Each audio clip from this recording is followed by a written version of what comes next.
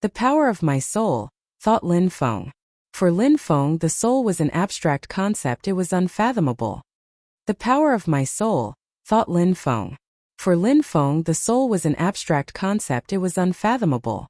Lin Feng wasn't able to understand such concepts, his cultivation level was too low. Maybe you still don't understand clearly what the soul is. I will explain to you using simple concepts. In fact, the spirit of a cultivator is a part of his soul. Those who have a powerful soul can make their spirit stronger and carry out much stronger attacks. When a cultivator practices cultivation and becomes stronger, his soul actually becomes stronger as well. The spirit thus becomes stronger too.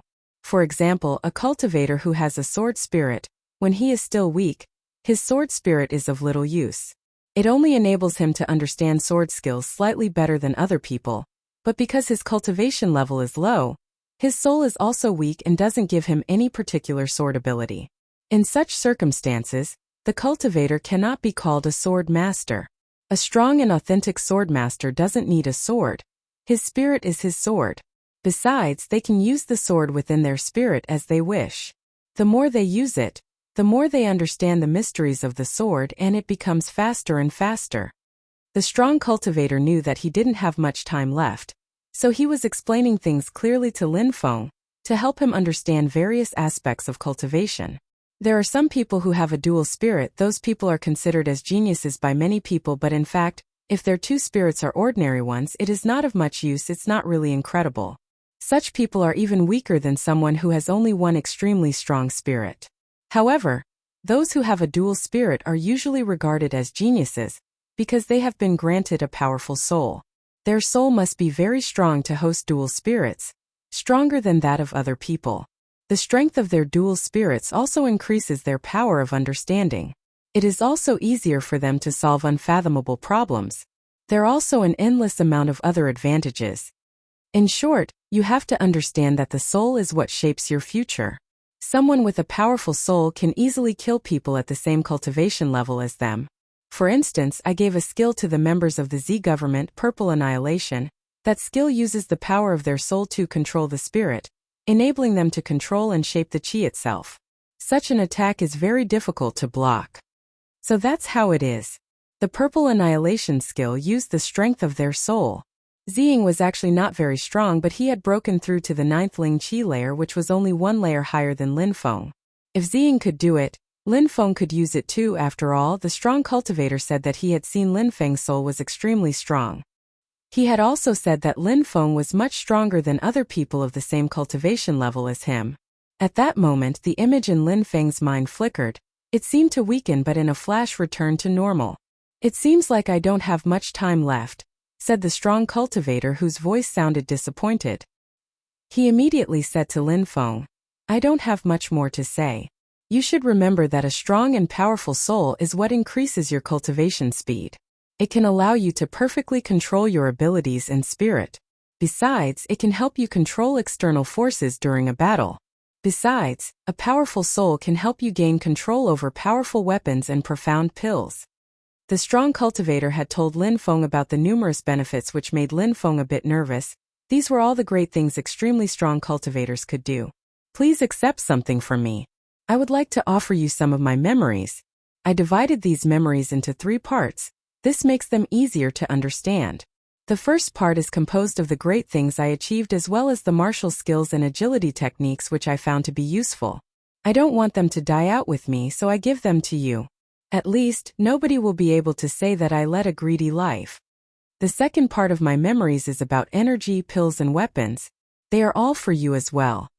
The third part of my memories is the simplest one but also the most important. It is about art of soul cultivation. This is something I acquired intentionally, which made me who I am today. The art of soul cultivation is a celestial art. It enabled me to enhance my practice and obtain a powerful soul. It is the power of my soul which enabled me to stay conscious such a long time until now. Besides, I have never given my soul cultivation to anyone before. You must cherish it." The man's voice was lower and lower. When he said his last word, the world illusion broke apart. Immediately after, 3 lights appeared and carried the memories into Lin Feng's body, mind and soul. Boom! Lin Feng's heart was violently pounding. His body felt extremely painful, as if his bones had been crushed. In a flash he was sweating a cold sweat. All these memories penetrated into his body and soul. How could it not be painful? Lin Feng had the impression that everything was spinning. All the memories penetrating into his mind, he had the impression that his head was going to explode.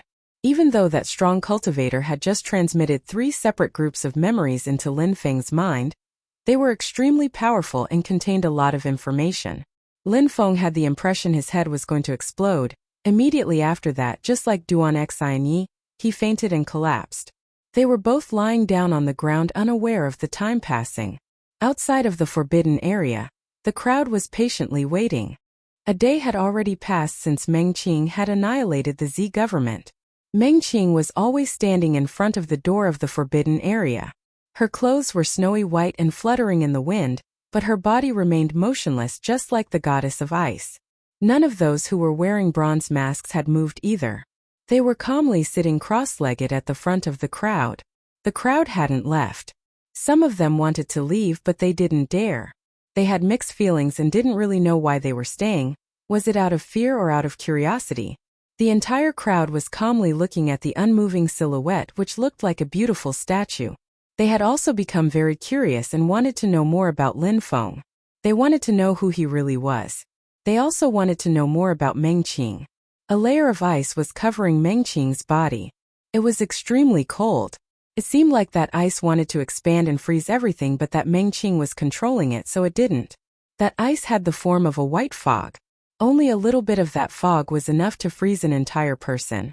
Nobody knew what it was, and nobody knew either that Meng Qing's body at that moment was being damaged by that incredible coldness. She was unable to control the ice qi. When she had arrived at the Z government and that the old man said that he had killed Lin Feng, an incredible quantity of ice qi had condensed inside her body. That qi was the same as what was surrounding her body. When she heard the old man, Meng Qing had forgotten everything, including to control the ice qi condensed in her body. The only thing she had in her mind was to kill using the ice qi. There were consequences, though. From all that cold qi which had burst out from her body, she had become unable to control it. She could only suffer in silence while nobody would ever know anything about it. Lin Feng, who was still in the forbidden area, awoke. Duan Xinyi awoke as well. At that moment they both had many new memories in their minds. Duan Xinyi remembered a sword skill, a beautiful sword skill. That sword skill was meant for women. She also had an agility technique. Lin Feng had a massive amount of new memories. His brain was filled with the 3 categories of memories. These memories contained a massive amount of information. Lin Feng was still absorbing all of the knowledge. Fortunately, when the strong cultivator transmitted these memories to Lin Feng, he had already sorted them into 3 categories. That way, they weren't chaotic in Lin Feng's mind. He wouldn't have been able to endure that. Everything was clear and organized. After sitting there for a while, Lin Feng was finally able to absorb all these memories. He opened his eyes and felt calm. Cultivating the soul, said Lin Feng to himself. It was a way to practice and make one's soul stronger, and on top of that, it enabled one to develop a powerful soul. The cultivation technique was called surplus souls. A cultivator could make his entire soul break into small pieces called surplus souls, which made it very convenient to practice. A cultivator could develop one surplus soul, which would make all his other souls become stronger as well. He could advance his training greatly this way. When the surplus souls condensed back into a whole, they provided the cultivator with terrifying power. Besides, even if the soul was divided into many surplus souls, a cultivator could still use as many of them as he wished. For example, if he had 1 million surplus souls, he could use all them at the same time. How terrifying would that be? Breaking one's soul into a surplus soul was excruciatingly painful. The art of the surplus soul was extremely powerful, but was also extremely brutal, which is why nobody would dare to think of it. The cultivation method for surplus souls wasn't the only thing that affected Lin Feng's heart. All the other memories caused Lin Feng's heart to race.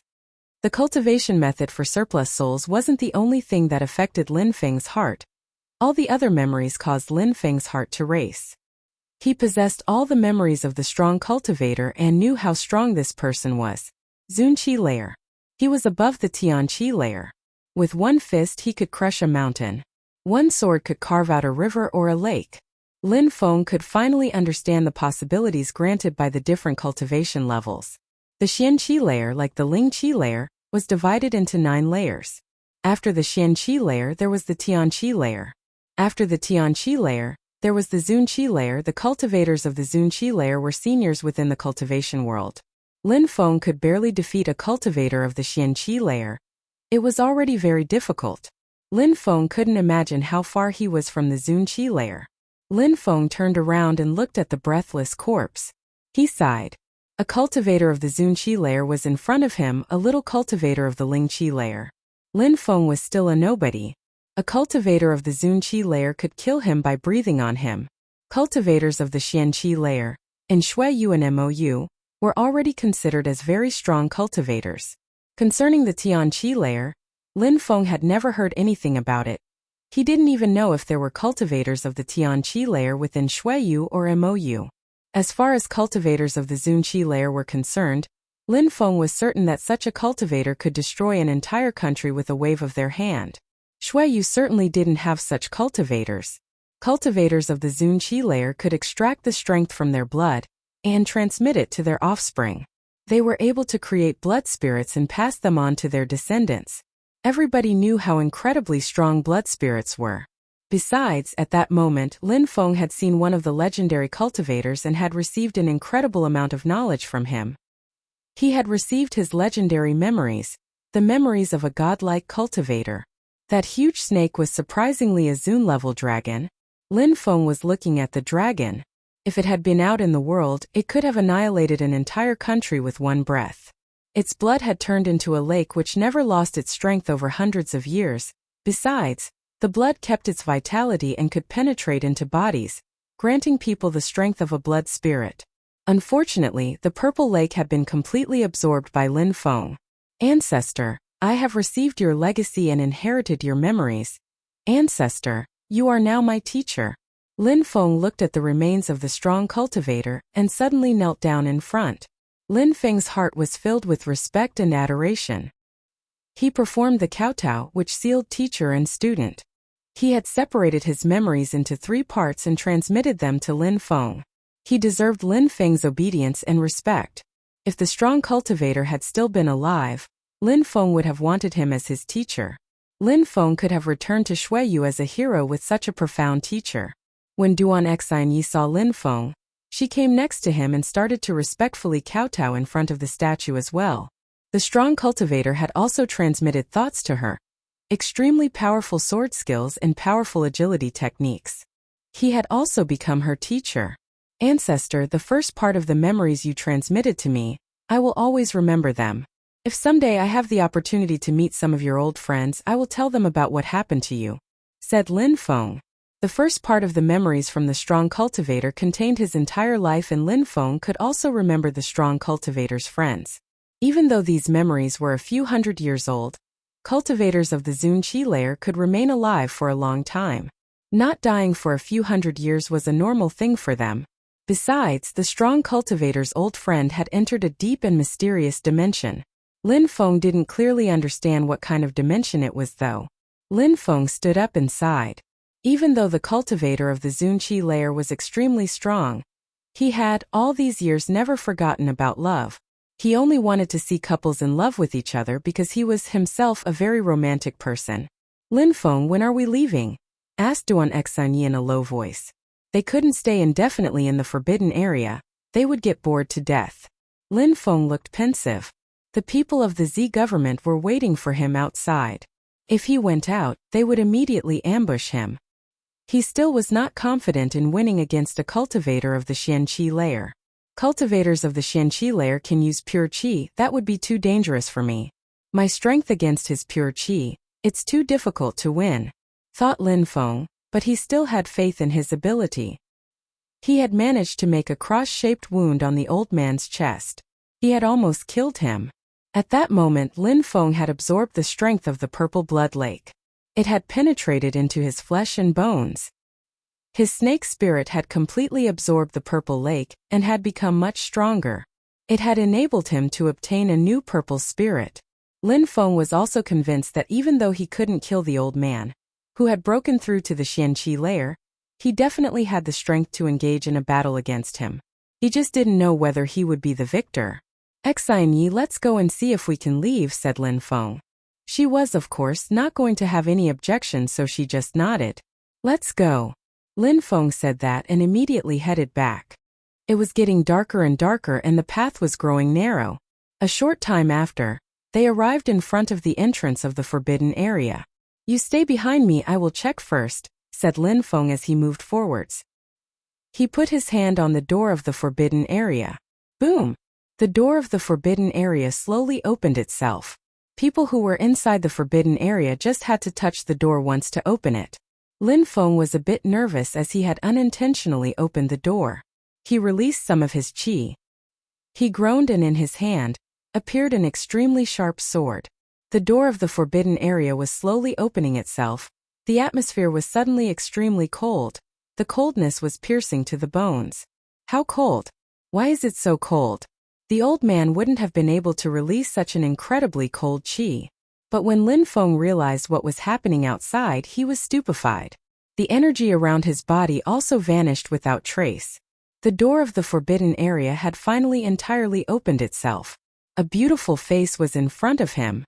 Surprisingly, it was Meng Qing and she was patiently waiting for him. It wasn't the old man. Obviously, when Meng Qing saw Lin Feng, she was also astonished and surprised. Meng Qing, said Lin Feng while a huge smile appeared on his face. But Meng Qing looked as cold as before. Her facial expression hadn't changed at all. She glanced at Lin Feng and then at Duan Xinyi, who was coming out at that moment too. When Meng Qing saw that Duan Xinyi was wearing Lin Feng's clothes, she looked a bit surprised, but immediately after she adopted her cold and indifferent facial expression once again. She was absolutely expressionless. When Duan Xinyi saw Meng Qing, she was astonished and sighed. How beautiful! Surprisingly, there were such beautiful women in the world. Not only was she very beautiful, but also very strong. Duan Xinyi was extremely self-confident when it came to her beauty. She had never seen anyone more beautiful than her before, but at that moment she just saw a girl who was more beautiful than her, and it seemed like she was close to Lin Feng. You're all right. That's the main thing. Let's go, said Meng Qing coldly. After that, she turned around and started walking away. Some ice qi rose into the air which made Lin Feng frown. That ice qi was a problem. Why was Meng Qing's body emitting such a cold qi? Lin Feng suddenly remembered that he had already seen such a qi around Meng Qing's body, and was a bit surprised. He then immediately shouted, Meng Qing, wait! But it seemed like Meng Qing ignored Lin Feng. She continued walking as before. Her silhouette made her look very lonely from behind. Stop! Lin Feng walked out from the entrance of the forbidden area. The crowd was astonished. Lin Feng surprisingly dared talk to Meng Qing using such a tone. Not did Meng Qing look like a celestial being, but she was also extraordinarily cold. Come back to me, shouted Lin Feng angrily. A light flashed through Meng Qing's eyes. She didn't look at Lin Feng. Immediately after, surprising everybody, Meng Qing slowly started walking back towards Lin Feng. What was the nature of Lin Feng and Meng Qing's relationship? Why was such a strong female cultivator listening to Lin Feng? Xinyi, please leave for a moment, said Lin Feng while going back into the forbidden area. Duan Xinyi was stupefied. A touching expression appeared in her eyes, but she remained silent. She just nodded and walked out of the forbidden area and glanced at Meng Qing. At that moment, she felt an incredible coldness. She started shaking and her heart started pounding. How could it be that cold around the beautiful girl's body? She looked like she was going to freeze on the spot. Come in, said Lin Feng to Meng Qing, who had arrived at the entrance door of the forbidden area. She remained silent and entered. The door of the forbidden area closed itself behind her. Lin Feng and Meng Qing's silhouettes disappeared. The crowd was just looking at that huge door. They were all extremely curious. What were they doing inside? In the forbidden area, Lin Feng grabbed Meng Qing's hand. Suddenly, a violently cold energy spread through his hand. Right after that, Lin Feng's forearm was covered by a layer of ice. It was spreading all over his body. In the forbidden area, Lin Feng grabbed Meng Qing's hand. Suddenly, a violently cold energy spread through his hand. Right after that, Lin Feng's forearm was covered by a layer of ice. It was spreading all over his body. How cold! Lin Feng was stupefied.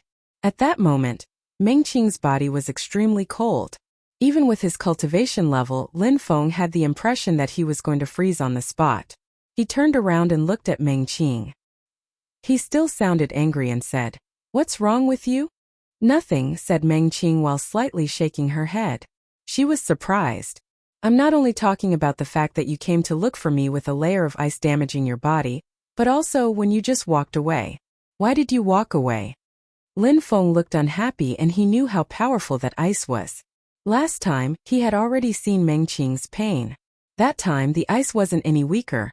Meng Qing perfectly knew that Lin Feng had a solution for the ice. Surprisingly, she turned around and walked away from him. How could Lin Feng not get angry? Meng Qing raised her head and looked at Lin Feng. She looked surprised. But immediately after, she lowered her head again like a little girl who was being scolded. She didn't dare look at Lin Feng. Lin Feng started shaking when he saw that Meng Qing remained uncommunicative.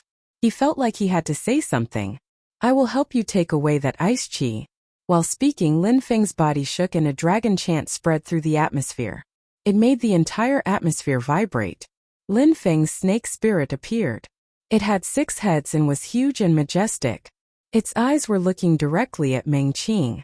When Meng Qing saw the snake spirit, she was surprised. The last time she had seen it, it didn't have 6 heads and wasn't so gigantic. At that moment it was huge and majestic. What had happened to Lin Feng's spirit was a miracle. "It seems like I was right," thought Meng Qing. She was even more certain that she had guessed right. Lin Feng's snake spirit was actually a dragon. The 6 heads of the snake were singing the chant of dragons. At that moment, the ice around Meng Qing's body turned into a white cloud and the snake started to swallow it. At that moment, Lin Feng's spirit, which was floating from his back, looked like 6 different snakes constantly moving. It looked extremely powerful. "In the future, do not ignore what I say," said Lin Feng. Meng Qing was, as before, silent. Meng Qing slightly nodded and lowered her head. The ice chi around her body was gradually getting very weak. When Lin Feng saw Meng Qing's facial expression, his heart felt a bit painful. He didn't know how to talk to this girl. Since they had left the Black Wind Mountain, Meng Qing had always been with him. He was the only person close to her. Since Lin Feng had left Meng Qing and traveled over a huge distance, a long time had already elapsed. It was very difficult for Meng Qing to be separated from him. Surprisingly, she had even chased him to the Mou country. Furiously, she had slaughtered the people of the Z government. In such a short time she had gone through a lot of hardships. Besides, after such a difficult time, she had seen that Lin Feng and Duan Xinyi were together and Duan Xinyi was wearing Lin Feng's clothes. How could she be happy after seeing that? Even though she didn't show her emotions, Lin Feng, who had broken through to the Earth fusion dimension, could now sense the emotions which she was trying to hide. He had noticed because of her movements when she turned to leave. Her body was slightly shaking and she was continuously blinking as if she was close to tears. Silly girl, she actually cared but always remained cold. All of this caused compassion to fill Lin Feng's heart. Then, he approached Meng Qing, which made her start shaking. It wasn't because of the cold chi that she was shaking, but because Lin Feng was moving closer to her. She was shaking and she felt like waves were crashing in her heart. Suddenly, she started feeling nervous. Immediately after, she felt that her body was being pulled. She could feel 2 arms wrap around her body. It was a warm embrace which immediately removed the cold from her body. She suddenly felt warmth invade her heart. When she realized what was happening, her eyes, which normally never revealed emotions, moved. She looked surprised. "Silly girl, you should know that if you suffer, I will suffer too," said Lin Feng softly. His voice was warm and sincere. His words came from the bottom of his heart. When Lin Feng saw that Meng Qing's body was being damaged by the ice chi, and she was silently suffering, his heart felt a tremendous pain. It was the first time, whether it was in his previous or current life, that Lin Feng showed his love for a woman. His feelings towards Meng Qing were pure and sincere. When Meng Qing heard these soft and warm words, she shivered. Immediately after, something that had never happened. She smiled. It was a charmingly soft and sweet smile. She moved a little and suddenly, she rested her head on Lin Feng's shoulder, which made her feel calm and relaxed. Meng Qing's hands were behind Lin Feng's back but was being held mid-air. It seemed like she didn't know what to do with her hands, but finally, her little hands slowly moved towards Lin Feng, and she then delicately embraced him. When Lin Feng sensed her delicate hands on his back, he giggled foolishly. He also put some more pressure into his embrace, and used one hand to stroke Meng Qing's hair from her face. So, that's how it felt to be in love. It was truly sweet. It was a very warm feeling from deep within the heart. Meng Qing's body calmly leaned against Lin Feng's body with her head on his shoulder. Lin Feng looked at Meng Qing. She was smiling, but in her beautiful eyes, surprisingly, there were tears which slowly flowed down her cheeks onto the ground. She was crying and emitting small sobs. Her eyes grew blurry. Meng Qing had been extremely worried about Lin Feng while they were apart. She had not stopped looking for him for even a moment. Finally, she found him. She had been riding at full speed to the Golden Z Mountain without rest. Then when she arrived, she was told that Lin Feng was dead. When she heard that Lin Feng was dead, she had felt hopelessness invade her heart. Her heart had felt so painful. She felt like a piece of her had died. She had just had one thought: kill. Kill the old man of the Z government and kill everyone who shared his bloodline. A man in love could accomplish great things and dye his sword red on the battlefield for a woman. A woman in love could also accomplish great things. She would freeze heaven and earth if it stood between her love. The most important thing was that Lin Feng was still alive, but then Meng Qing had seen that he was with another girl. She believed that he no longer had a place for her. She was desperate. She hadn't thought about anything else but running away. A horrible feeling invaded her heart. She had never experienced such a terrible feeling. Since Lin Feng and Meng Qing had left the Black Wind Mountain, only a short time had elapsed, less than a year, but during that short time they had experienced a lot of things together. In Meng Qing's memories there was a sinister forest filled with ferocious beasts and from the outside world. All her memories included Lin Feng. Lin Feng was already an indispensable part of her life. The horrible feeling hadn't lasted for too long. Lin Feng had stopped her. He had made her come into the forbidden area, and now they were locked in an embrace. At that moment Meng Qing understood how cold she was before that. It seemed like the coldness in her heart had transformed into warmth. It was a wonderful feeling. The two of them seemed to be locked in each other's embrace. They softly embraced for a long time. The ice chi had already dispersed and Lin Feng's spirit had vanished, but they were still standing there, embracing each other. After a long time, Meng Qing finally moved. Lin Feng let go of her and looked at her beautiful face while smiling. However, it seemed like Meng Qing didn't care about giving him face. She turned around and coldly walked towards the exit. Lin Feng was stupefied. He scratched his head. He was startled, and then he immediately chased her. The door of the forbidden area slowly opened itself. The crowd looked extremely curious as Lin Feng and Meng Qing came out. The door of the forbidden area slowly opened itself. The crowd looked extremely curious as Lin Feng and Meng Qing came out. Lin Feng and Meng Qing were actually holding hands. Meng Qing looked as cold and detached as before but was allowing Lin Feng to hold her hand, and it looked very natural. They looked calm and serene. Besides, the ice around Meng Qing's body had completely disappeared. What a nice couple, thought the people in the crowd. At that moment, they all understood the nature of Lin Feng and Meng Qing's relationship. They understood why Meng Qing had gotten so furious when the old man said that he killed Lin Feng, which is why she killed the old man. Meng Qing and Duan Xine Yi were the same. They both loved Lin Feng. He was frivolous, natural and unrestrained. Meng Qing and Lin Feng were a couple just like Lin Feng and Duan Xine Yi. The crowd had the impression that they also looked like a perfect couple. They were all outstanding. The crowd was well aware of Lin Feng's natural talent. They understood even more clearly how strong Meng Qing was. Thus, they thought that Lin Feng and Meng Qing was an even better couple, and it was more appropriate for them to be together. Seemed like they were soulmates. Only someone as gifted as Lin Feng could be with such an incredible girl. Z and Ziling were blankly staring at Lin Feng. Z lowered her head. She felt so inferior. She was a withered willow and Meng Qing was an incredibly beautiful woman who had even broken through to the Xianqi layer. And that girl loved Lin Feng. Lin Feng only had to speak and she obeyed his every word. Z used to think that Lin Feng would be interested in her. She felt ridiculous at that moment. She was nothing in comparison with Meng Qing and Duan Xine Yi. She was much too ugly in comparison with these two girls.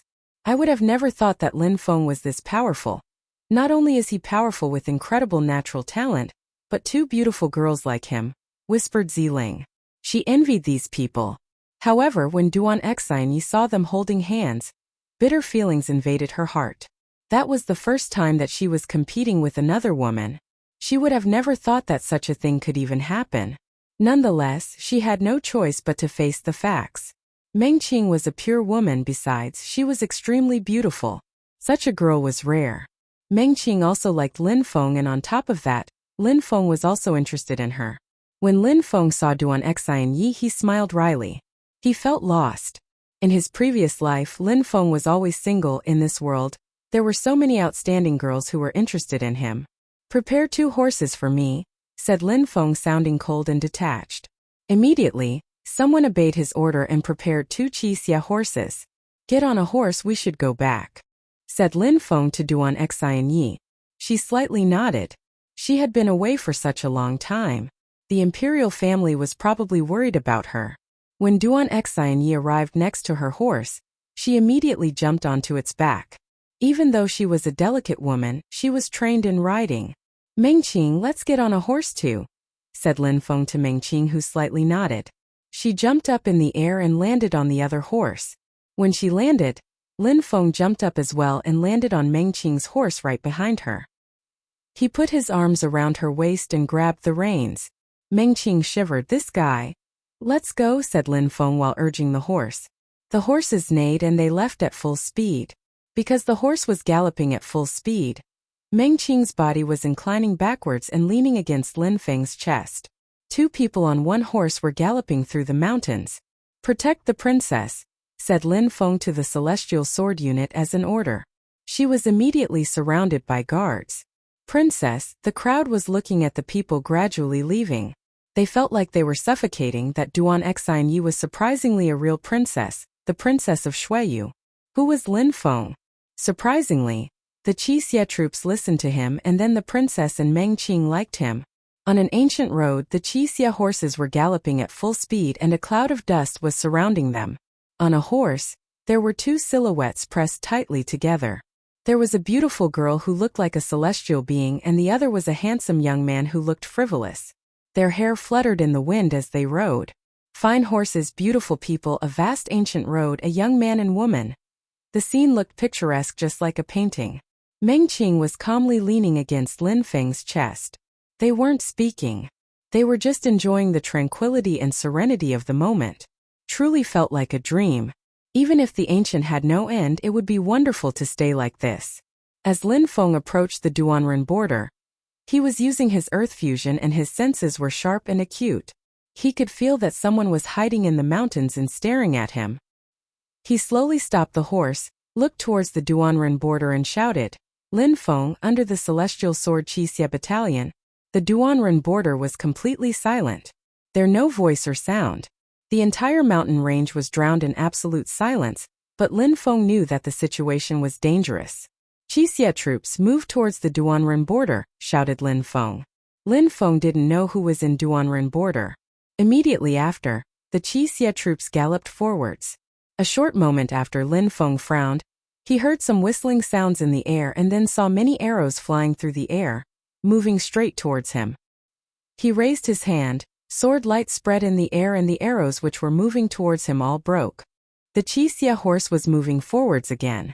However, the sound of the arrows didn't stop. It turned into a rain of arrows which landed in front of him, as if they were trying to prevent him from moving further. Meng Qing, kill them, said Lin Feng, sounding cold and expressionless. He had only just arrived and some people were already unscrupulously attacking him.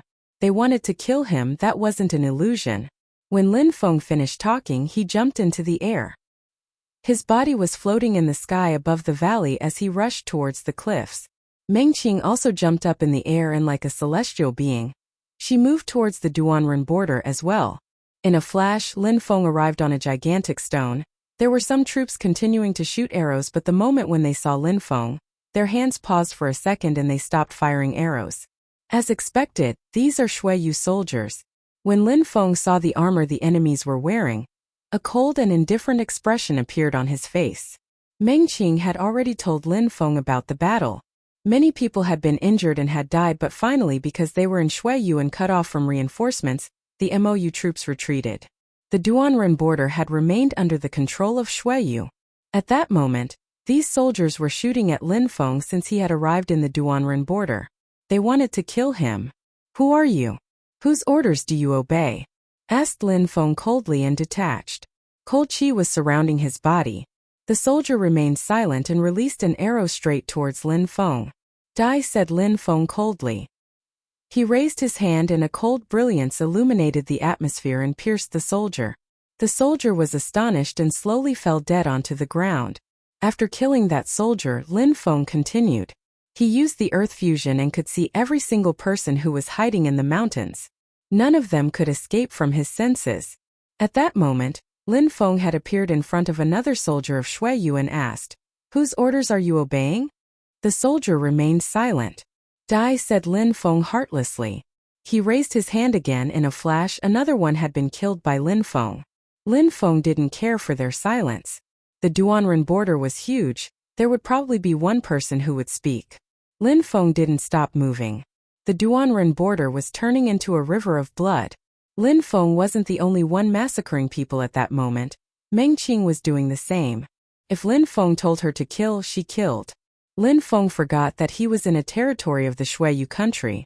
Even though this was the border defense against Mo Shui, he didn't stop killing. After having gone through war, he had become much stronger and his heart was now forged in battle. If anyone wanted to kill him, Lin Feng would not show mercy. He had fought for Shuiyu, but what had Shuiyu ever done for him? What had they done for Lutsong Lan? The princess had been kidnapped, the troops had fought each other. The MOU troops had come in to massacre them, and hundreds of thousands of troops had been massacred. There was a conspiracy to kill him. If Shuiyu didn't care about him, did Lin Feng need to care about Shuiyu?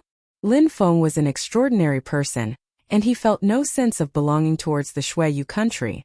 If Shuiyu wanted to kill him, he would raise his sword against Shuiyu. During an undetermined period of time, blood kept flowing from the mountains of the Duanren border. It looked like there were blood lakes running through the mountains. During an undetermined period of time, blood kept flowing from the mountains of the Duanren border. It looked like there were blood lakes running through the mountains. Lin Feng and Meng Qing returned onto the main road. Cold chi surrounded their bodies. They had killed all the soldiers who were hiding in the mountain. Back then, Lutsong Lan had been in Duanren City protecting the valley. Lin Feng would have never thought that one day, he would personally use his sword in the Duanren border to kill Shuiyu soldiers. The Celestial Sword Battalion had arrived in the valley of the Duanren border. There were many corpses in front of them. They were all wearing the armor of Shuiyu. "The road was being blocked, we killed them all," said Lin Feng to the Qixia unit, sounding cold and detached. He had noticed that they were surprised by the scene. "Now, come with me, let's head out at our maximum speed." Then Lin Feng and Meng Qing rushed through the air as their horse moved at an incredible speed. The people behind them remained silent and started galloping, closely following Lin Feng. After the Duanren border, there was Duanren City. At that moment, Duanren City looked apocalyptic. There was only ash filling the air. The entire city was destroyed by the fire. Above the gigantic city gate, there were some Shuiyu soldiers and they opened the gate. Lin Feng hadn't said anything. He had immediately moved towards the city gate and entered the city. Nobody tried to stop him either. The Qixia unit galloped towards the city, but after they entered the city, the gate started closing itself. In front of Lin Feng, there were some soldiers who were slowly moving towards him. A sharp and majestic qi was being released from their bodies. They were all on horses while staring at Lin Feng. It seemed like they had been waiting for Lin Feng to come back. From their horsebacks, they grabbed their bows and raised them into the air. Lin Feng and Meng Qing could feel a deadly qi invading the atmosphere and oppressing them. "Stop or we will shoot," shouted an ice-cold voice. But Lin Feng completely ignored them and continued to move forward on his horse. The one who had just shouted was surprised. He raised his hand with his bow, narrowed his eyes, and a devilish ice-cold expression appeared on his face. "Die!" He lowered his hand and pulled the bowstring. At that moment, an arrow whistled through the air, moving straight towards Lin Feng and Meng Qing. Boom! The arrow hit the horse with a piercing blow. That arrow surprisingly had such brutal strength. Amongst these people, none of them were weak, they had all broken through to a high Ling Qi layer. They were all elite soldiers. The Qi Xia horse collapsed, dead from the first arrow. The first arrow wasn't intended for Lin Feng but for the horse. After that first arrow, he put another one in his bow, but this one was for Lin Feng. This one was supposed to kill Lin Feng. Lin Feng and Meng Qing jumped into the air together and floated above the ground. They then immediately threw themselves at the crowd, ignoring the arrows. Freeze, whispered Meng Qing in her snow-white clothes. Ice spread through the atmosphere at that moment. All the arrows that were moving towards her immediately froze and emitted small cracking sounds. They were frozen in place. Besides, Lin Feng was at Meng Qing's side and a resplendent purple cloud emerged from his back. That purple cloud transformed into a silhouette. It was an insane 100-meter-high silhouette. It was in the shape of the purple dragon. That illusion surprisingly was the gigantic purple dragon. It was unceasingly flying higher and higher. It then looked at the crowd from above. That terrifying dragon made the facial expressions of the Shui Yu soldiers change drastically. They were all looking at the purple dragon in the air. They started shaking and their hearts started pounding. Their hearts were being overcome with extreme fear. That illusion was Lin Feng's spirit after it had swallowed the entire purple lake filled with dragon blood. Even though Lin Feng's spirit had, after that, swallowed Meng Qing's ice qi, his spirit still hadn't changed. It was still the extremely powerful purple spirit. Concerning the monstrous dragon illusion, amusingly, it was extremely similar to the purple dragon image which the cultivator was riding. The purple liquid of the lake was the blood of the purple dragon. Lin Feng's snake and the dragon from the forbidden area were in perfect harmony. Ruhar? The gigantic dragon illusion roared and started to attack. An endless purple lake of blood gushed from the dragon's mouth. Immediately after, the lake melted everything in its path like acid, including the arrows. Blotting out the sky, the purple lake immediately moved to block the path of the retreating Shui Yu soldiers. Immediately after, endless fear invaded their hearts and faces. Their cold killing intent had already disappeared. How could that be possible? How could Lin Feng have become so strong? They received the information that Lin Feng had broken through to the 6th Ling Qi layer. All of these cultivators had broken through to the 7th Ling Qi layer and were supposed to be able to kill Lin Feng. If Lin Feng came back alive, Duanren City was supposed to be the place where he would be buried. But Lin Feng had become so strong, everybody was dumbstruck. Their facial expressions indicated that they regretted everything. Killing Lin Feng wasn't a duty that they could fulfill. The purple lake was rushing through the sky and blotted out the sun. It then immediately crashed down onto the Shui Yu soldiers. Immediately after, their bodies started to slowly melt as if they had come into contact with acid. In a flash, 100 cultivators had all been melted into a puddle. Melt. Being able to make things melt was definitely a monstrous ability. Originally, the blood and saliva of the dragon could melt even a powerful cultivator to nothing but bones, because Lin Feng and Duan Xianyi had inherited a blood spirit. Only their clothes melted when coming into contact with the dragon blood. After that, the purple liquid penetrated into their bodies, altering their original spirits. It had given them additional strength. Besides, when Lin Feng's snake spirit drank all the liquid of the purple lake, it had given Lin Feng's spirit the same powers as the purple dragon. When the Celestial Sword Battalion saw Lin Feng, who looked like a god, they were absolutely dumbstruck. Their heartbeats accelerated. Strong Lin Feng had become much stronger. All of them had survived the war, they had gained lots of experience on the battlefield and had all become much stronger, but Lin Feng had become terrifying. There were larger groups of soldiers riding their horses in their direction, coming to kill Lin Feng, but when they saw that sight, they had all stopped. They were looking at the dragon in the air, and under Lin Feng's feet was a gigantic purple lake which seemed to be under his control, and it was moving straight towards them. While the lake moved towards these soldiers, Lin Feng slowly turned around and looked at another large group rushing towards him. They were obviously Shui Yu soldiers, and Lin Feng knew that they were all here to kill him. When they saw Lin Feng's expression, their hearts started to race. Coldness invaded their hearts, which sent a shiver down their spines. "We have received a mission to kill you, but you can leave," said one soldier to Lin Feng. Immediately after, they turned around to leave. If they want to kill, they kill. If they are too weak, they leave. How ridiculous, said Lin Feng coldly. They had all received orders, but since their lives were in danger, they disobeyed the orders and left. What kind of discipline was that? Mengqing, sorry to bother you. Please confiscate all these horses for us, said Lin Feng while turning to look at Mengqing.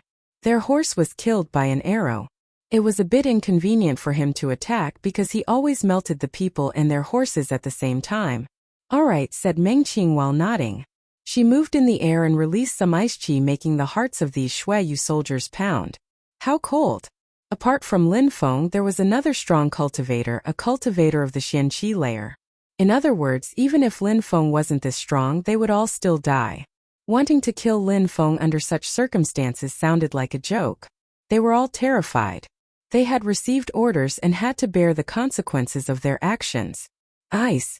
Mengqing raised her hand. Ice emerged. The crowd was shaking. Immediately after the ice spread, it moved forward and spread through the atmosphere. Everybody was frozen like a statue. Immediately after, they collapsed from their horsebacks and died. Get on the horses, hurry, said Lin Feng calmly. He recalled his spirit back into his body and ran, immediately after jumping on a horse. Mengqing also jumped on the horse. Lin Feng, what's going on? Asked Duan Xinyi when she saw Lin Feng's actions. Some people want us dead, they don't want us going back to the imperial city, said Lin Feng while looking at Duan Xinyi. What about me? Do they want to kill me too? Yes, said Lin Feng while nodding. Duan Xinyi's heart was pounding. They even wanted to kill the princess. Hundreds of thousands of soldiers have died, the princess disappeared. Even though we won the war, in the end they want to sentence Lu Zonglan to death, because even though we won the war, it was still a tragic victory. Besides, we haven't managed to protect the princess who was kidnapped by Mou. Therefore, they will be able to sentence him to death. They also want to kill me. I cannot go back to the imperial city. But if you appear in the imperial city, they will be unable to sentence me to death. When Duan Xinyi heard Lin Feng's words, her heart started pounding and she felt very cold. Because they wanted to sentence Lu Zonglan to death, they also wanted to kill the princess. Could it be as easy as that? Or maybe that they just didn't only want to kill Lu Zonglan, they had also sacrificed her. The princess perfectly understood who was at the origin of all of this. What Duan Xinyi didn't understand was why she was kidnapped. Besides, why did Shuai and Mou seem to be working together? If it had really originated from the person she thought, why did they have to kidnap her? Why didn't they just kill her on the spot? The person she was thinking about was her brother, the crown prince Duan Wu Dao.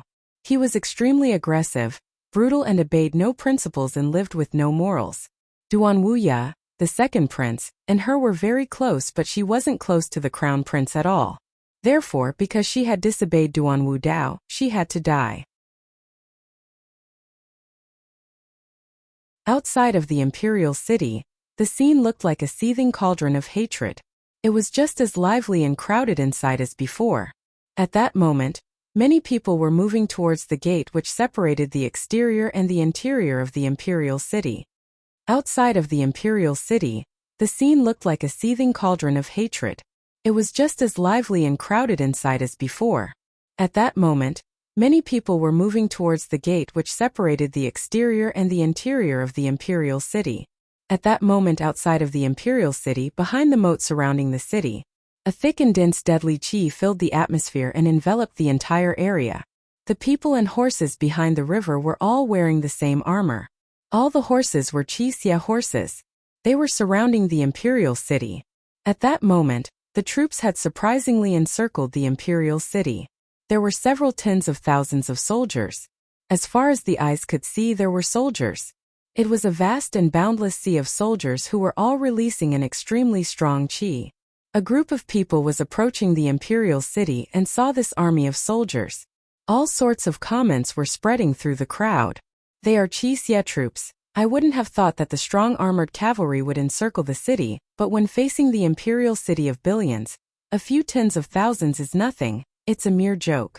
They will not be able to do anything. Some people noticed that the troops who were surrounding the imperial city were all wearing red armor. This armor was the symbol of the border troops, the Qixia troops, Lu Zonglan's troops. That is the impermanence of life. Could it be that Lu Zonglan, the divine arrow, will be executed in front of everybody? Said someone while sighing.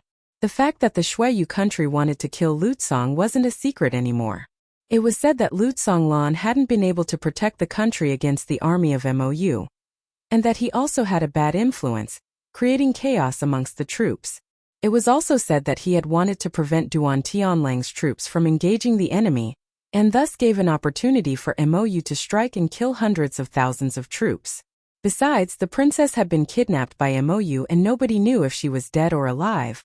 Only Lin Feng rushed to save her. However, the truth was that Lützong Lan went with Lin Feng's plan. They massacred hundreds of thousands from the Mou army by making them enter Duanren City and burning them. That was an excellent plan. Lin Feng was considered to be dead. He traveled over a huge distance within the Mou country and had relied on his own strength to kill the people who had kidnapped the princess. At that moment, he and the princess were missing. They were probably dead, or possibly in a critical situation. During that war, the nickname the Divine Arrow had lost its significance while Lin Feng had probably met his death.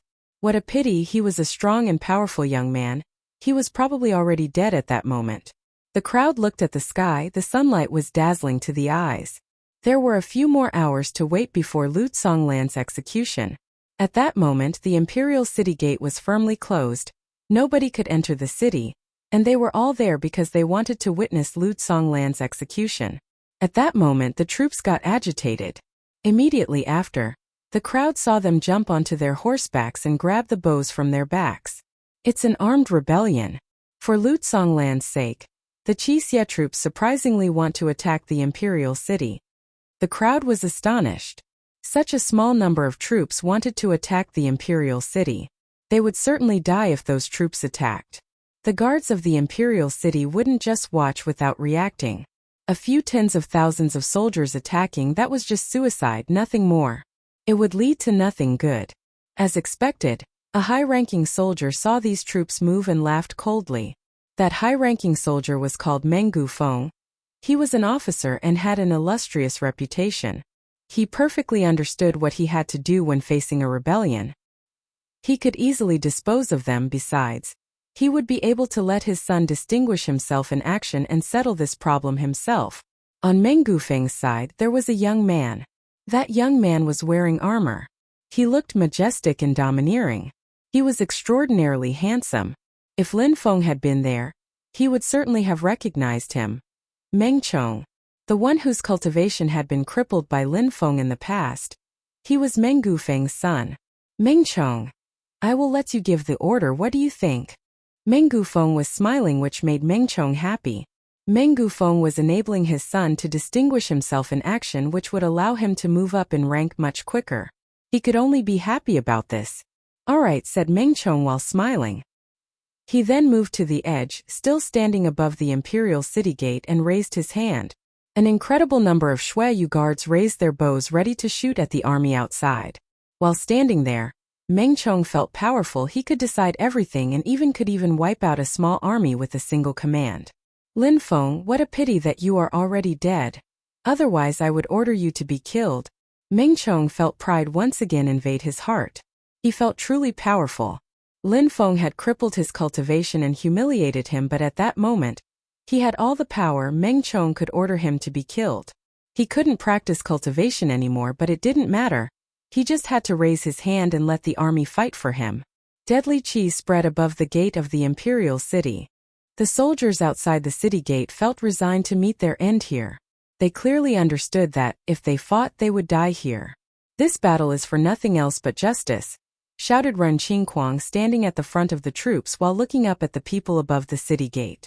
They had fought and lost troops for their country, Shuiyu, but how was Shuiyu treating them? How is that fair? Justice, does it even exist? Shouted the troops furiously. The ground was shaking and their hearts were shaking along with it. These people were going to sacrifice themselves for the sake of justice. Meng Chong and his father, above the city gate, were smiling coldly. Justice is strength and influence is our justice. How could real justice exist in this world? Said Meng Chong while smiling evilly. After Lin Feng crippled Meng Chong's cultivation, Meng Chong's heart had grown even more evil. Brothers, this is our last battle. We are all here to fight together, officers and soldiers. We shall have no regrets. Ren Qingquang on his horse looked frivolous. At that moment, even though he was going to die, he stuck to his principles. The sound of arrows entering bows filled the air and deadly energy spread through the atmosphere. Ready! Meng Chong, from the top of the city wall, raised his hand to inform the troops to aim. The evil smile on his face was getting even more exaggerated. Right after that, he slowly moved to hide himself from any of the fighting. Ren Qingquang had also raised his hand outside the walls. A gentle breeze floated in the air, making his hair flutter in the wind. At that moment, that frivolous man wasn't wearing his helmet. His lips were firm, his muscles were tense. Slowly, he just had to move his hand and the death bell would sound. The sound of horses spread across the horizon, but nobody paid attention to the sound. The whole crowd was only looking at the armies inside and outside of the imperial city. Stop!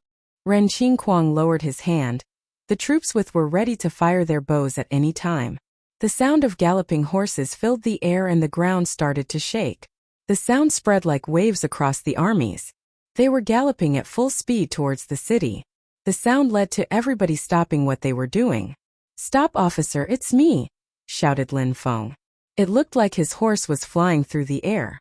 The entire army divided into two and cleared a path while looking at the silhouettes that had just arrived. When Ren Qingquang heard this voice, he was stupefied. He narrowed his eyes. It was Lin Feng's voice. "Everybody stop," said Ren Qingquang. All the troops were stupefied. Why were they stopping their attack? Who was that? Of course that Ren Qingquang wanted them to stop. If they attacked, they would be considered as armed rebels, and the guards on the city wall would have a reason to kill them. But if they didn't attack at all and that the Shuiyu troops attacked them first, they would have a reason to strike back. Initially, he was resigned to die, but Lin Feng had arrived before he attacked the city.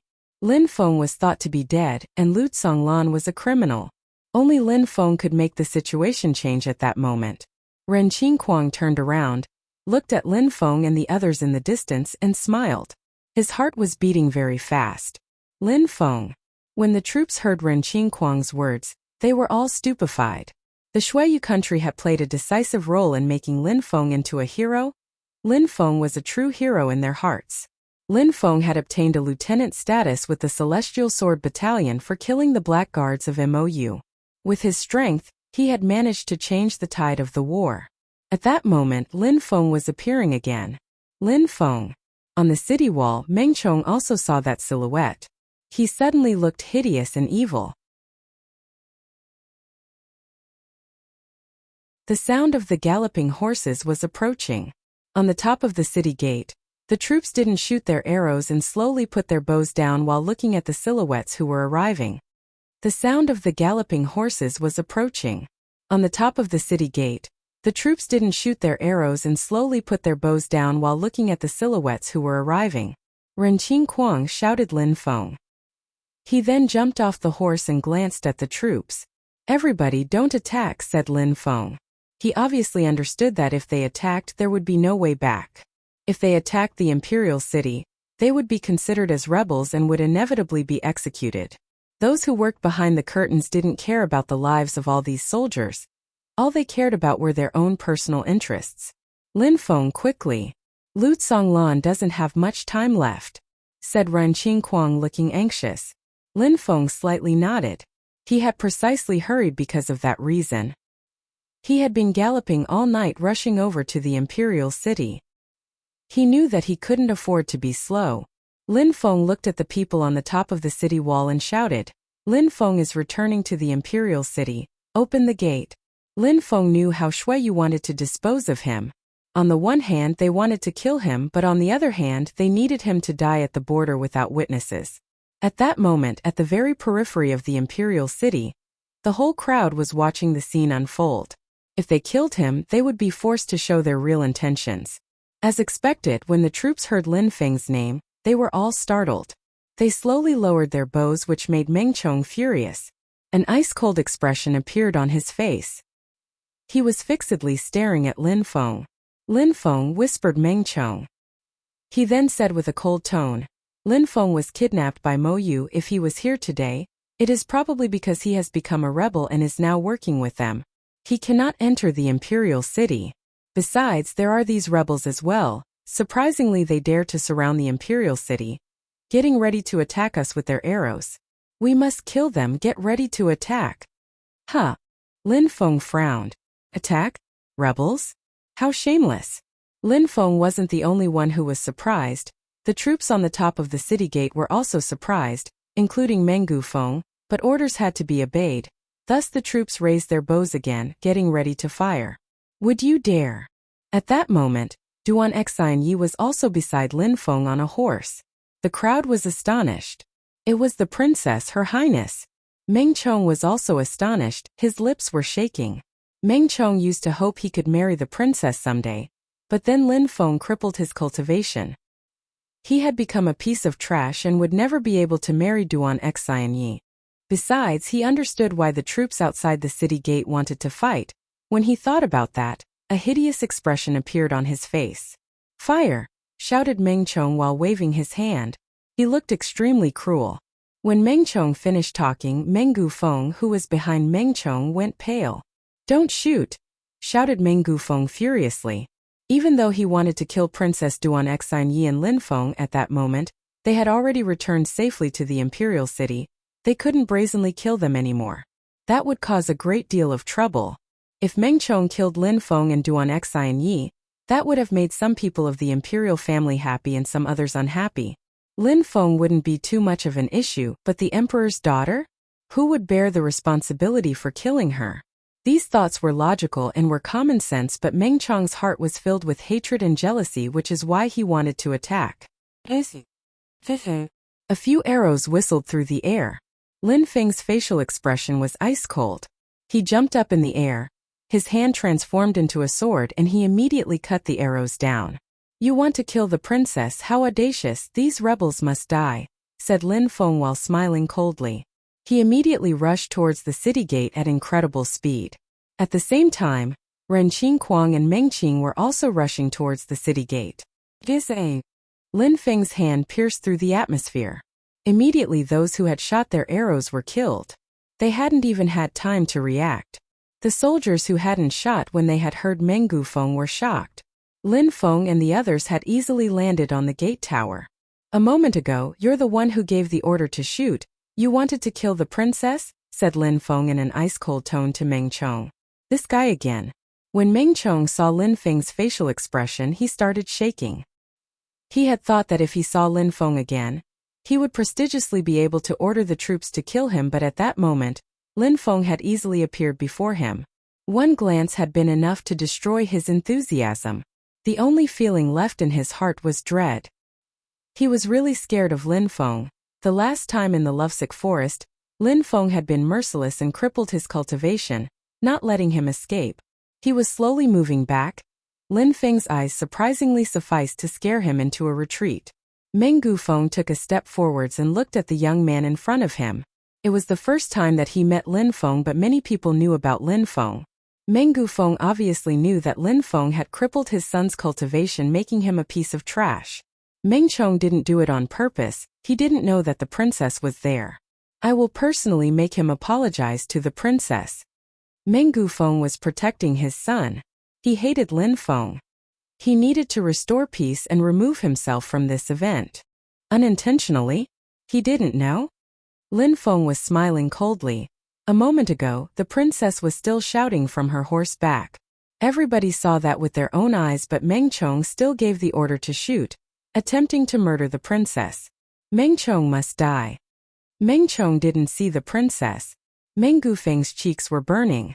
Lin Feng didn't have time to talk nonsense. He moved forwards while releasing his killing intent. How could he not kill Meng Chong? On the top of the gate, some silhouettes flickered. They all moved in front of Meng Chong.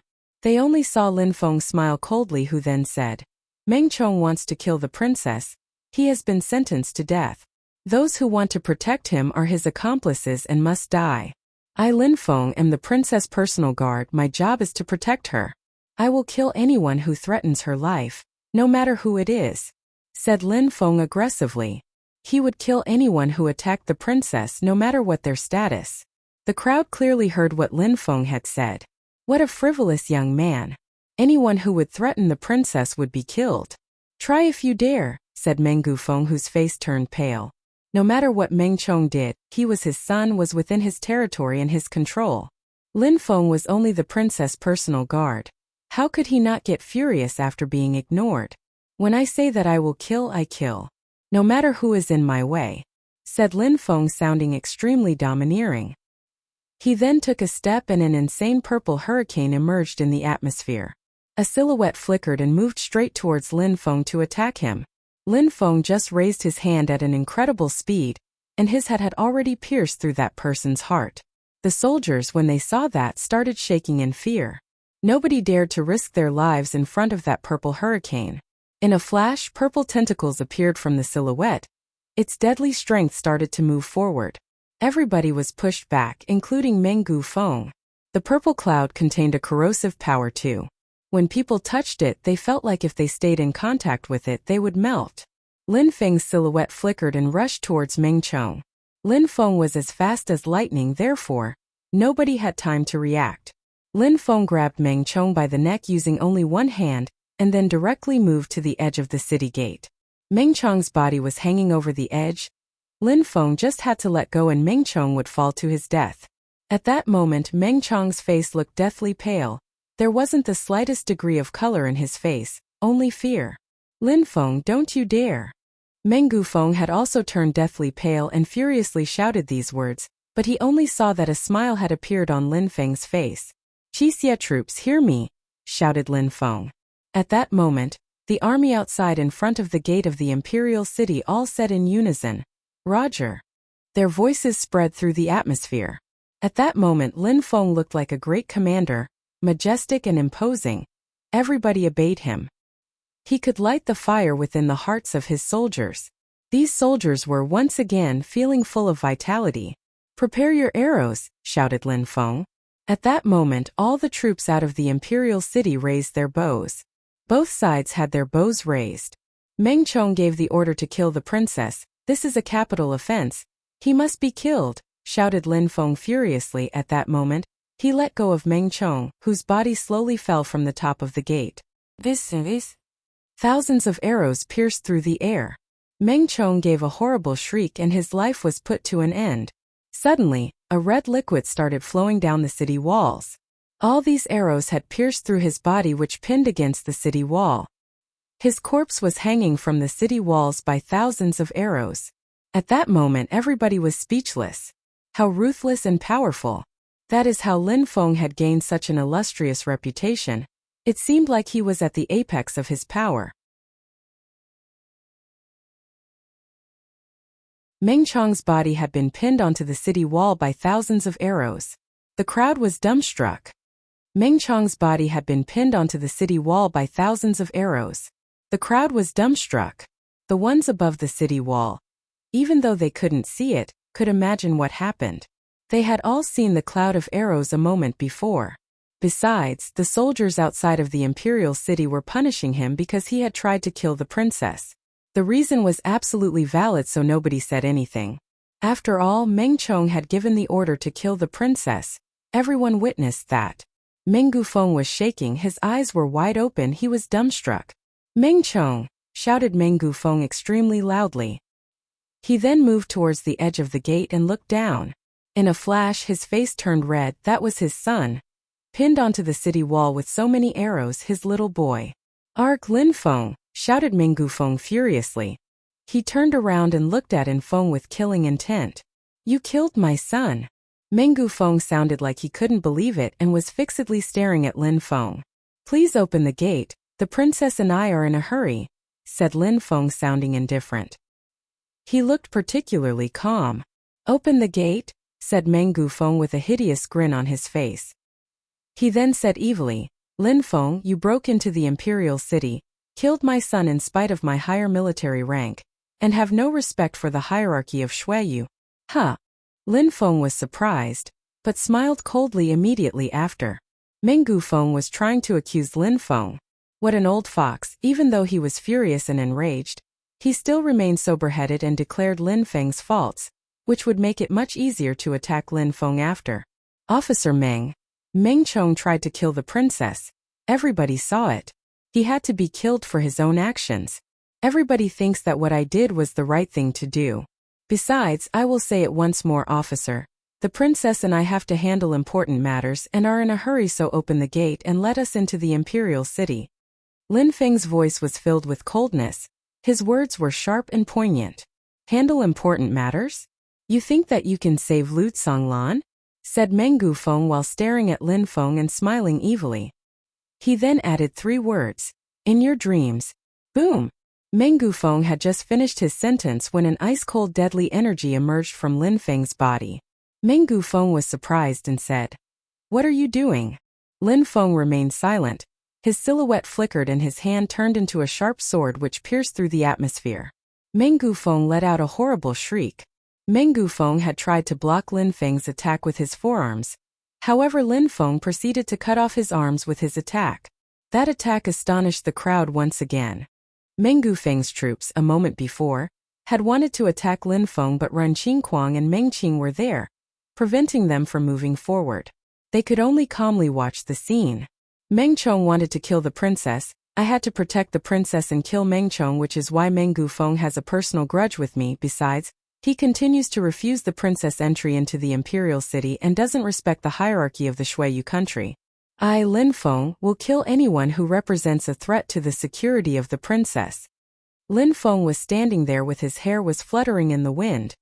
His voice was resonating across the horizon. People's hearts were pounding. Not only had Lin Feng killed Meng Chong, but he also wanted to kill Meng Gufeng.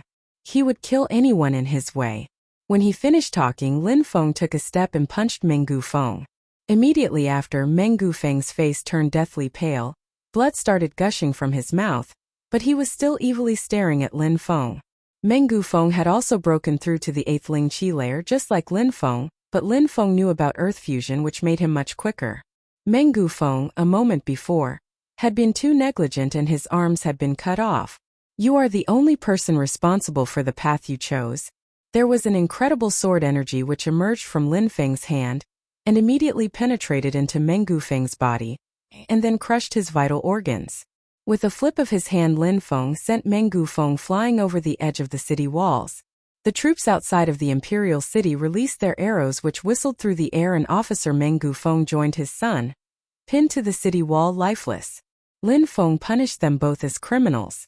In the world of cultivation, strength was the only thing that mattered. Strength was justice. Lin Feng turned around and looked at the troops. Finally, he saw someone who had the armor of an officer. Are you the non-commissioned officer? Coldly asked Lin Feng. That person's heart was pounding.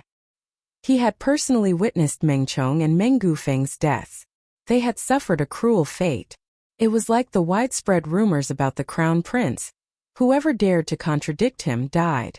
Indeed, said that person while nodding nervously. The princess and I need to go into the imperial city. We have things to do. Quickly open the gate, said Lin Feng calmly. That person was stupefied and remained silent. I will give you 5 seconds to think carefully about your next actions. If you don't let the princess in, you are committing an offense against the Shuiyu imperial clan, said Lin Feng in a cold tone. He then immediately started counting. 1, 2. Open the gate. The non-commissioned officer's facial expression was rigid. How could he even give Lin Feng time to start the countdown? That guy had killed Meng Chong and his father. Lin Feng wouldn't hesitate to kill him too. No matter how the situation would be, the most important thing was to survive. The future problems had to be ignored. Open the gate, said the soldiers, repeating the order. A rumbling noise spread through the atmosphere. The gigantic bronze gate slowly opened itself. Officer Ran, you and the troops, escort the princess into the imperial city and ensure her security, said Lin Feng, sounding cold and detached. Ren Qingquang nodded and said, all right. Immediately, Ren Qingquang jumped in the air and landed back onto his horse's back. He shouted, let's escort the princess into the imperial city and ensure her safety. The troops, who covered a wide and vast area, all started galloping towards the imperial city. The crowd was speechless. Ensuring the protection of the princess was clearly an excuse to allow the troops entry into the imperial city. But the princess didn't say anything. Lin Feng was controlling the entire situation. Who would dare say anything? The noise of the horses galloping on the ground was unceasing. Lin Feng waited for all the troops to enter the imperial city, and then Meng Qing and he entered as well. Hanging on the imperial city walls were 2 corpses pinned with many arrows. The sight was, as before, shocking for anyone who saw it. Lin Feng was an outstanding young man whose heart was burning with boldness. He had managed to reverse the course of the events once again. He was so bold that he had even killed Meng Chong and Officer Meng without even blinking. He had ruthlessly killed them. Of course, in order to be bold, one also had to have the appropriate strength. Lin Feng could easily defeat Officer Meng Gufeng, who had broken through to the 8th Qi layer. He was extremely strong. The crowd had seen how monstrously strong he was. If he didn't die, he would one day become as monstrous as the 8 high officials of Shuiyu. Besides, he would soon be even stronger, even more monstrous, than the high officials at the bottom of the rankings. In the imperial city, there was an extremely vast square made of bluestone. In the imperial city, there was an extremely vast square made of bluestone. It was situated in a lively district of the imperial city. The flow of people heading in that direction was huge. In the middle of that square, there was a bright red flight of stairs made from metal which gave a dazzling light. That flight of stairs led up to a white stage. On that stage there was a huge metallic pillar which had an cross symbol at the top. Chains were hanging from that cross. There were 2 extremely sharp hooks. The view was shocking. The purpose of these 2 hooks was to skewer the arms of a person attached to the cross. That stage was the death sentence stage, and was used to kill those who had an illustrious social status, but had angered the imperial family. Thus, everybody could witness the execution. After killing the criminal, the corpse would be hung from the cross by skewering his arms with the hooks. The body would then be hung there for weeks as a warning to everyone else. It let everyone know what the punishment was for angering the imperial family. At that moment there was an ocean of people around the death sentence stage. They completely filled the huge square. However, those directly surrounding the death sentence stage were all Shuiyu soldiers. No one could get close to the stage. I really would never have thought that General Lu Tsonglan, the Divine Arrow, who was so majestic, so illustrious, would end up here today. In the crowd, some people were sighing. They were looking at the silhouette on the stage. It was precisely Lu Tsonglan. At that moment, Lu Tsonglan's body was tied up. Even though he was considered a criminal and was going to be killed, he looked neither humble nor arrogant. Lu Tsonglan had no regrets. He was innocent. In front of the crowd, 2 beautiful eyes were watching Lu Tsonglan on the stage. Glistening teardrops were flowing down a set of bright red cheeks. Father, you have sacrificed your youth for Shuiyu and even devoted your entire life for it. And this is how they expressed their gratitude. That beautiful person was Lu Fei. She looked more mature and more beautiful than back in the days of the Yunhai sect, but at that moment, she was feeling lonely, desperate, and hopeless. Her heart was shattering into 1,000 pieces. Fei Fei, remember what your father told you. Stay safe, live on. You will be able to avenge him only if you're alive. Next to Lu Fei was a middle-aged man. He looked calm, but his heart felt painful as well, especially when he saw Duan Tianlang. He wished he could cut out his organs and bathe in his blood. Everything happened because of Duan Tianlang, including the death of hundreds of thousands of soldiers, but he was blaming Lu Tsonglan for all these things. He was blaming Lu Tsonglan for the kidnapping of the princess as well. It was a terrible fate for a hero like Lu Tsonglan. Everything was ridiculous. Lu Fei nodded but could not utter a word. Her heart felt heavy. She had to avenge her father. Duan Tianlang could not be allowed to live.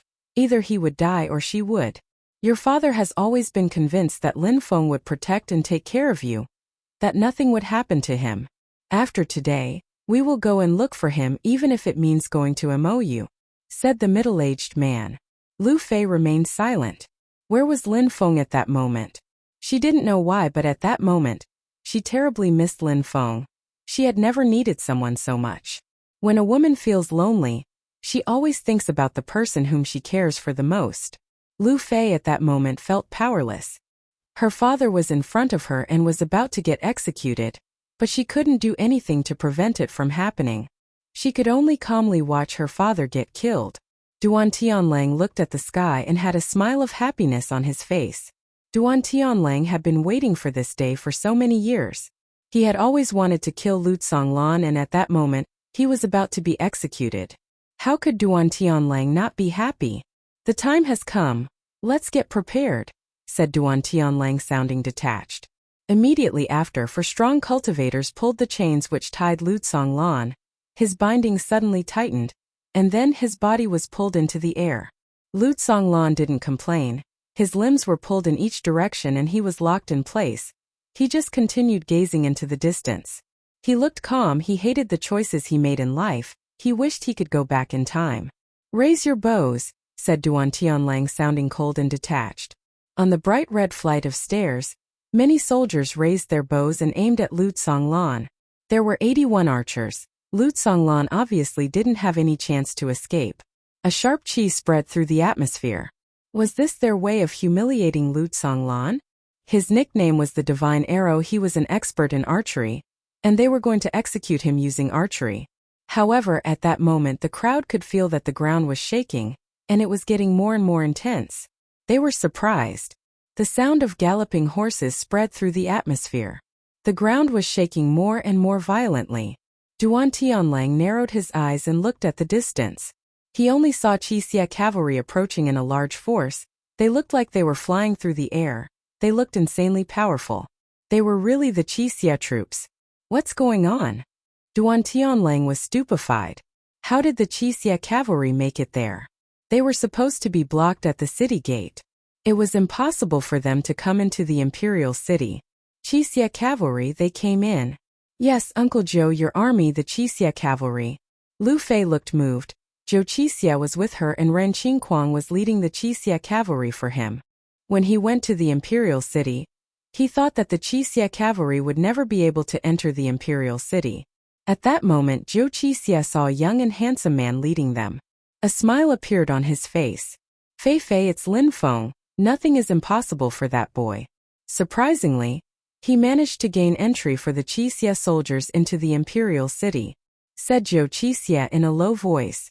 Lin Feng's determination and willpower were impressive. He had completely altered the course of events. He had then killed the kidnappers and rescued the princess, and on top of that, he returned unscathed.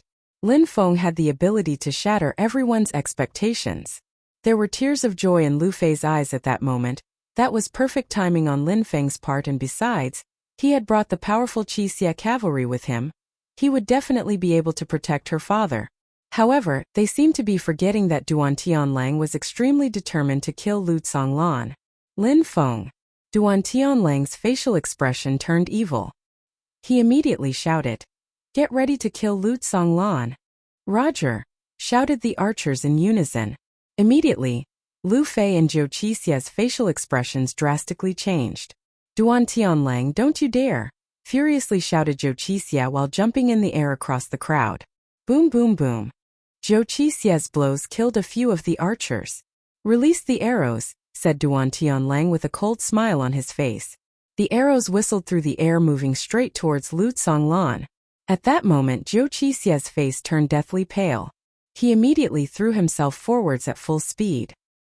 He had dived in front of Lu Tsonglan's body to protect him from the arrows.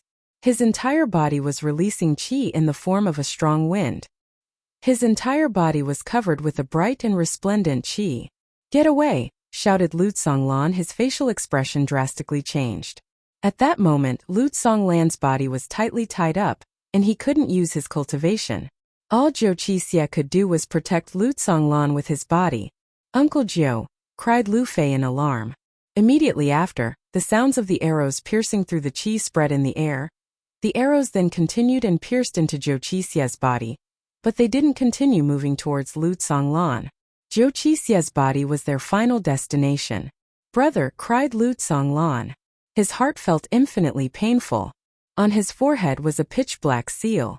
That seal kept glowing, making him unable to use his strength. "Die together!" shouted Duan Tianlang coldly. He then started moving, but at that moment, a piercingly cold energy arrived on his body. He felt as if he was going to freeze on the spot. Frozen heart. Duan Tianlang stopped moving. His face turned deathly pale. He turned around and saw a wave of pure qi roll towards him. It was brutally cold. In a flash, he felt the extreme coldness on his body and was projected backwards, unable to move closer to Lu Tsonglan. Die, said Lin Feng furiously. Lin Feng was brandishing his sword. Its light was extremely resplendent and dazzling to the eyes. The archers were unceasingly firing their arrows. Lin Feng's expression revealed pure killing intent. Ren Qingquang immediately killed the 4 people who were pulling the 4 chains which were holding Lu Songlan in place. Blood was unceasingly flowing from Zhou Qixia's mouth, but he was smiling. General, I will sacrifice my life for yours. After I die, Lin Feng can become the officer of the Qixia troops. Arg! Lu Songlan was endlessly grieved. His eyes were filled with tears. Zhou Qixia had been an extremely good friend for a dozen years. They had never argued and had always regarded each other as real brothers. They considered each other family. Many times they had fought battles shoulder to shoulder. However, at that moment Zhou Qixia had sacrificed himself. General, I would like to say one last thing. Zhou Qixia was leaning against Lu Songlan.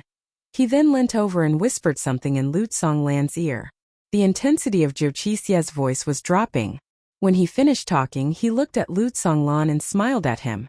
General, for more than a dozen years, I have never called you anything else other than General. When addressing you today, I will call you my brother. The word brother had a deep meaning. After saying that, Zhou Qixia's voice lost in intensity.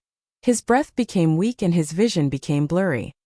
His vitality was quickly leaving his body and his eyes slowly closing. He was calmly lying against Lu Songlan's chest with an unchanging smile on his face. Lu Songlan was looking at Zhou Qixia, and an endless stream of tears started to fall from his eyes. Brothers, could such a simple word really describe the relationship that these two had over these countless years? Zhou Qixia was motionless, lying against Lu Songlan's chest. He would never wake again. The ground was unceasingly shaking, people were shouting. The Qixia cavalry were galloping, and chaos reigned over the crowd. They were all running away from this scene. In a short moment, the Shuiyu soldiers were not encircling the death sentence stage anymore. Instead, the Qixia cavalry had replaced them as the Shuiyu soldiers backed away. The ground was unceasingly shaking, people were shouting. The Qixia cavalry were galloping, and chaos reigned over the crowd. They were all running away from this scene. In a short moment, the Shuiyu soldiers were not encircling the death sentence stage anymore. Instead, the Qixia cavalry had replaced them as the Shuiyu soldiers backed away. At the same time, a large group of Shuiyu soldiers were coming to attack from the back of the stage. But the Qixia cavalry all suddenly stopped and looked at the silhouette leaning against Lu Songlan's chest. In the past, that person used to be their leader, and he was now killed. The spears of the Qixia troops flew through the air. Everyone's heart started to race. Qixia soldiers were willing to encircle the imperial city for their general. They were also capable of attacking Shuiyu soldiers for their officer. What was happening within that huge area was complete chaos. Thousands of soldiers had already died. What was the reason? Lin Feng remained uncommunicative. Zhou Qixia was a true leader and a great man. Lin Feng's sword was dancing through the air. He cut the chains around Lu Songlan's body, but Zhou Qixia was still leaning against him in silence. Lin Feng, you came into the imperial city with rebel forces and personally rescued the criminal, Lu Songlan. You deserve a death sentence, said Duan Tianlang, whose voice sounded ice-cold. He was fixedly staring at Lin Feng. Rebel forces? Said Lin Feng while fixedly staring at Duan Tianlang. His tone was cold too. Die! Shouted one of the Qixia soldiers. Die! That shout was imposing and heavy. Deadly energy spread through the atmosphere. The Qixia soldier raised his long spear. Stop! Shouted Lin Feng while turning around. In a flash, everybody quieted down. They were all staring at Lin Feng. They didn't understand why he had stopped them. Nonetheless, they all stopped moving and remained silent. I haven't given you any order to attack. If you attack, I will personally kill you, said Lin Feng coldly. The hearts of the Qixia cavalry were pounding, but when they saw how strict Lin Feng looked, they all remained silent. Encircle the stage, said Lin Feng coldly. The Qixia soldiers obeyed his order and started galloping. In a flash, the Qixia soldiers encircled the entire death sentence stage, so that not even a single drop of water could trickle through. At that moment, Lin Feng had become a sort of pillar for these soldiers. Even though he wasn't their direct superior, everybody obeyed his orders. You will die. Duan Han was standing next to Duan Tianlang. He narrowed his eyes and intensely stared at Lin Feng. Lin Feng had led a rebel army. Even though Lin Feng was considered a hero in Shuiyu, he had committed a crime and had to pay for it. Lin Feng coldly glanced at Duan Han. Duan Han's heart twitched. He then closed his mouth and then Lin Feng disregarded him like he would an insect. He started walking to the front of the death sentence stage. "Bring Her Highness up here," said Lin Feng. Immediately after, some soldiers wearing bronze masks slowly arrived. Behind them was a beautiful silhouette on a horse. That beautiful woman made people's heartbeats accelerate. She looked pure and noble. Incredibly, that was the princess of Shuiyu, Duan Xianyi. "Princess, you have returned." Lin Feng really went to MOU alone and returned with the princess, thought some people in the crowd while looking at that beautiful silhouette. Concerning Duan Tianlang, he narrowed his eyes. Not only had Lin Feng come but the princess too. "Soldiers, salute your princess," said Lin Feng while glancing at the soldiers. They didn't understand what Lin Feng was doing at that moment, but knelt down on one knee and shouted in unison, "Your Highness." Lin Feng calmly looked at the soldiers surrounding the death sentence stage and said coldly, "How come Duan Tianlang's army did not salute the princess? Is she not your princess? Are you really this disrespectful?" Duan Tianlang was stupefied. He immediately shouted coldly, "Why are you not kneeling down?" The Shuiyu soldiers obeyed the order and knelt down, while shouted in unison, "Your Highness." "Duan Tianlang salutes Your Highness. Your Highness has come back. This is great news for our country, Shuiyu," said Duan Tianlang while slightly bowing and lowering his head. "This is all thanks to Lin Feng," said Duan Xianyi calmly while coldly looking at Duan Tianlang. When Duan Tianlang heard Duan Xianyi's manner of speaking, his facial expression changed. He didn't know what to say. He wanted Lin Feng to die and accused him of having brought rebel forces. But at that moment Lin Feng had come back with the princess, which was an incredible military exploit. "As expected, Lin Feng is our country's young hero," said Duan Tianlang while raising his head and then said in a small voice while smiling, "But even though Lin Feng saved you, he has still committed a great crime by gathering rebel forces and bringing them into the imperial city, and that is not an insignificant crime." Duan Tianlang is still thinking of how he can falsely accuse others of crimes, said Lin Feng indifferently. Duan Tianlang was stubborn and said, "Meritorious acts are meritorious acts, crimes are crimes. I, Duan Tianlang, must declare your faults for the sake of justice." "Justice? Duan Tianlang, how long has it been since we last saw each other? It seems like you get even more shameless each time we meet. I thought it was impossible to be more shameless than you when we last met, but once again you have proven me wrong," said Lin Feng in a cold tone. The crowd was astonished. Lin Feng surprisingly dared to call Duan Tianlang shameless in front of everybody. The ground started shaking again and rumbling noises spread through the atmosphere. The crowd was surprised. The crowd moved back again and opened a path. At that moment an incredible number of soldiers were coming. It was the Imperial Guards. Duan Tianlang felt relieved. A short moment after, the army of guards arrived. The Qixia soldiers surrounding the death sentence stage wanted to attack, but Lin Feng waved his hand, signaling them to stand their ground and remain calm. Two silhouettes slowly came from the group of Imperial Guards. One of them was wearing armor. He looked majestic and powerful, while the other was a handsome young man, the second prince, Duan Wuya. "Did you kill Meng Gufeng and Meng Chong?" "This person is Meng Han, the officer of the Imperial Guards.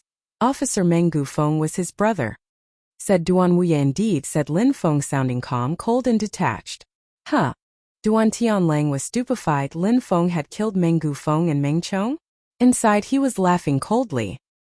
He was evilly staring at Lin Feng and then said, "Lin Feng, you saved the princess, which is a military exploit, but acting arrogantly, you dared to kill an officer and then bring rebel forces into the imperial city. These are both extreme crimes against the country. To pay for your crimes, the only solution is death." Then Duan Tianlang turned around and looked to Duan Wuya. "Your Highness, please punish Lin Feng for his crimes." Duan Wuya looked relaxed. He had perfectly mastered his emotions. A faint smile appeared on the corner of his mouth and he said, "Lin Feng, Duan Tianlang wants to punish you for your crimes. Is there anything you want to say?" "Yes," said Lin Feng while slightly nodding.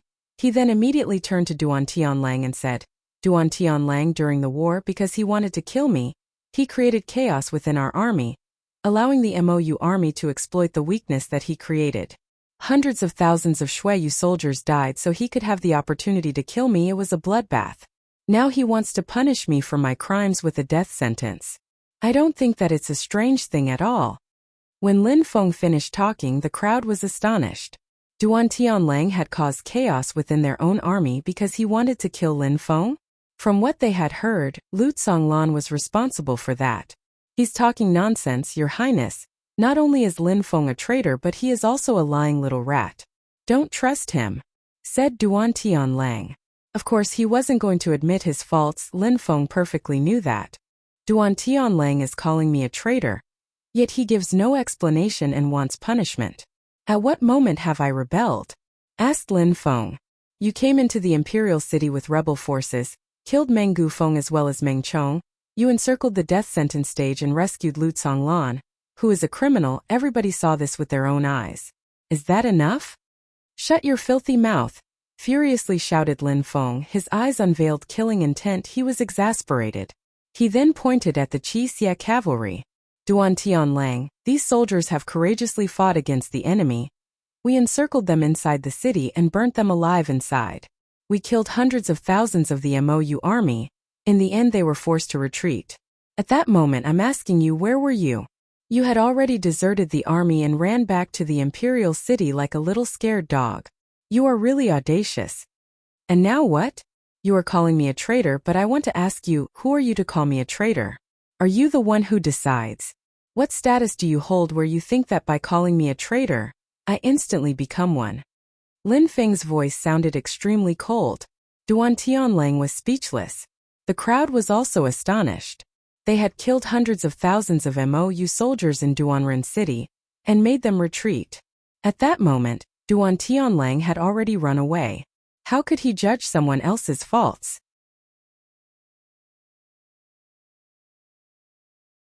Duan Tianlang looked glum. He then coldly said, The imperial city is a holy place in Shuiyu. Is it normal for an army to enter it by force without permission? Is it normal to kill an officer and his son when entering the city? If that is not being a traitor, then what is? Duan Tianlang looked glum. He then coldly said, The imperial city is a holy place in Shuiyu. Is it normal for an army to enter it by force without permission? Is it normal to kill an officer and his son when entering the city? If that is not being a traitor, then what is? The princess and I rushed back to the imperial city. Then some soldiers attempted to assassinate us. Besides, they were all Shuiyu soldiers. They knew that the princess was there, but they still tried to kill us. I want to ask you, Duan Tianlang, doesn't the whole army now follow your commands? Nonsense, how could they be my soldiers? Quickly refuted Duan Tianlang angrily. Well then, the most amusing part is that even if they were not your soldiers, my role is to protect the princess, and I ordered the Qixia cavalry to protect her and accompany the princess to the imperial city. However, Duan Tianlang, you call me a traitor and want to kill me. You also called these soldiers rebel forces. If I understand your argument, you're clearly saying that we are a rebel army and deserve to die, because we protected the princess against countless squads of Shuiyu soldiers that you claim were not under your control. Is that right? Lin Feng's words made Duan Tianlang's face sink. Lin Feng had only said a few words, but he had exposed Duan Tianlang. Lin Feng's last words had been so eloquent that they cornered Duan Tianlang. Of course, protecting the princess is not a crime, but Officer Meng Gufeng and Meng Chong's deaths, how do you explain them? Things are not as simple as you would have others believe, said Duan Tianlang, looking evil. I was outside of the imperial city. Meng Chong knew that the princess was amongst us but still gave the Shuiyu soldiers the order to fire arrows at us, including the princess. Duan Tianlang, I Lin Feng want to ask you, was killing him the right thing to do? Duan Tianlang narrowed his eyes and said, Yes, he deserved to die. Well then I will ask you something else. Meng Chong's father, Officer Meng Gufeng, let his son give the order to kill the princess and then committed another offense by preventing the princess from entering the imperial city. Was killing him the right thing to do? Lin Feng's voice was cold and sharp. It was the right thing to do, said Duan Tianlang, agreeing with Lin Feng. Duan Tianlang, you're saying it yourself, they deserve to die, so now I want to ask you, what crime have I committed? Am I a traitor because I came into the imperial city with soldiers who were protecting the princess?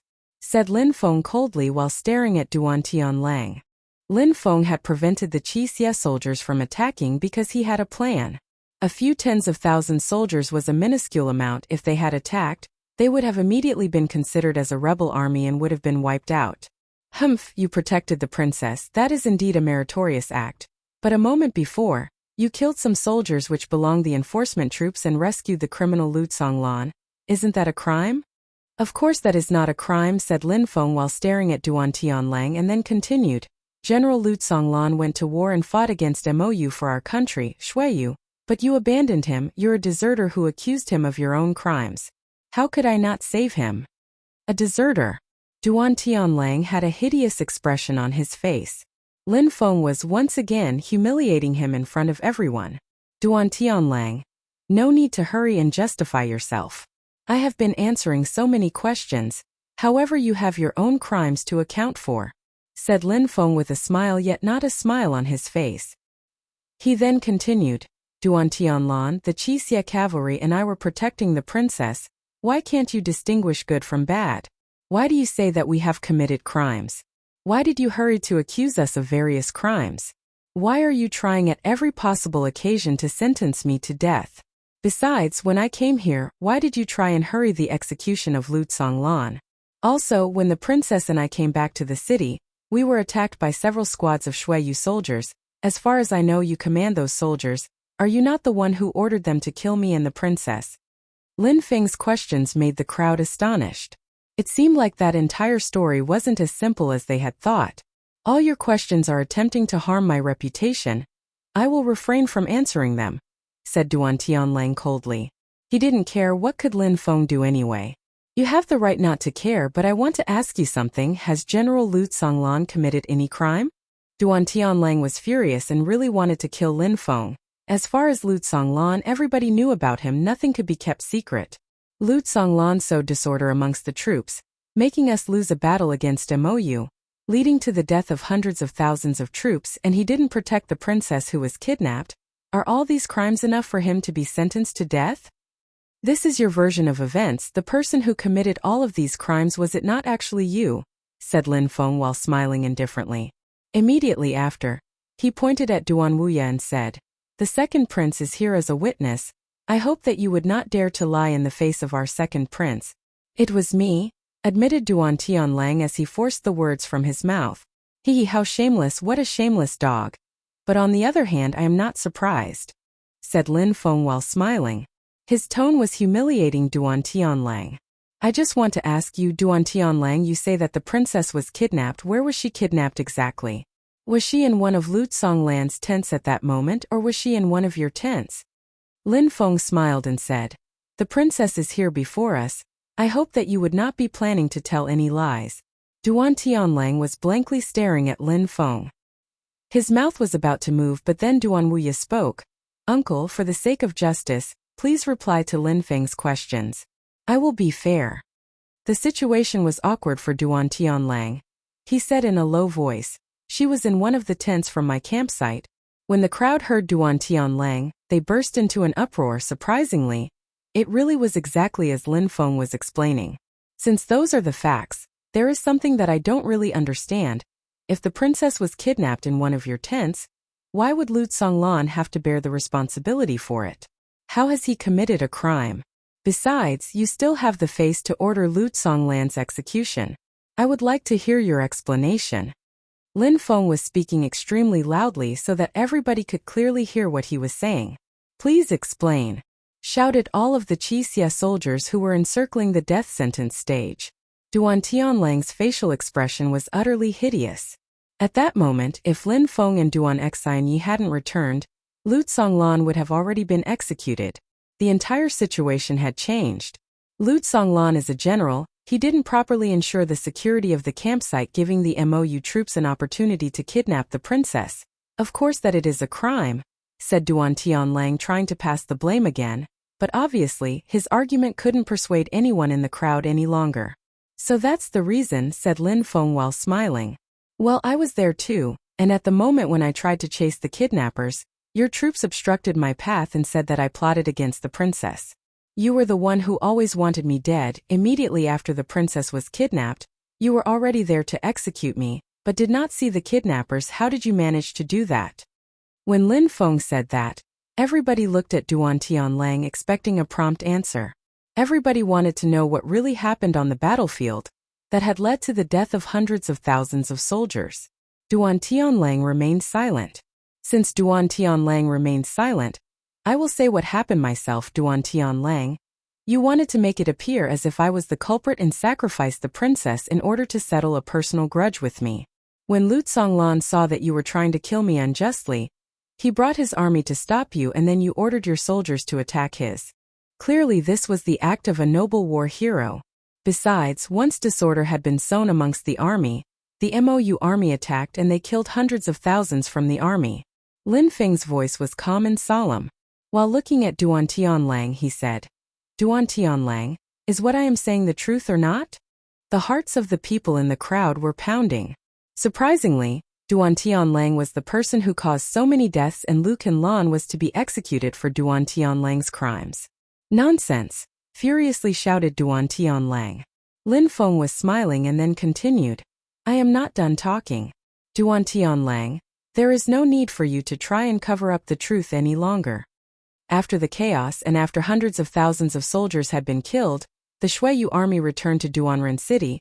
There was evidence that the person who kidnapped the princess was working for Mou. Besides, at the moment when the princess had been kidnapped, it was soldiers under your command that blocked my path and let the kidnappers escape. They were traitors, and yet again they were surprisingly under your command. I can say that there isn't a single person within the army who doesn't know about these acts of treason. What explanation can you provide? So that's how it happened. The person who kidnapped the princess was from Mou, and Duan Tianlang was the one giving the orders. Besides, he was using every opportunity to kill Lin Feng. That news was shocking. After that, Lu Tsonglan and I fought against the enemy, organized an ambush in Duanren City and set it on fire. At that moment you, Duan Tianlang, had already deserted to the imperial city. Everyone knows what happened after. You changed the entire story and gave Shuiyu a false version of events in which Lu Tsonglan was responsible for your crimes. Then you had done your best to execute Lu Tsonglan.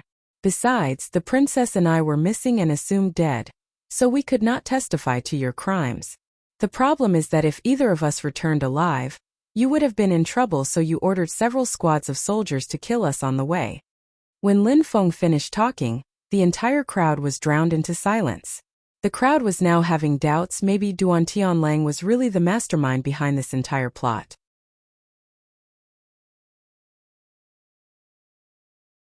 Lin Feng, you're just trying to ruin my reputation. What you're saying is a pack of lies.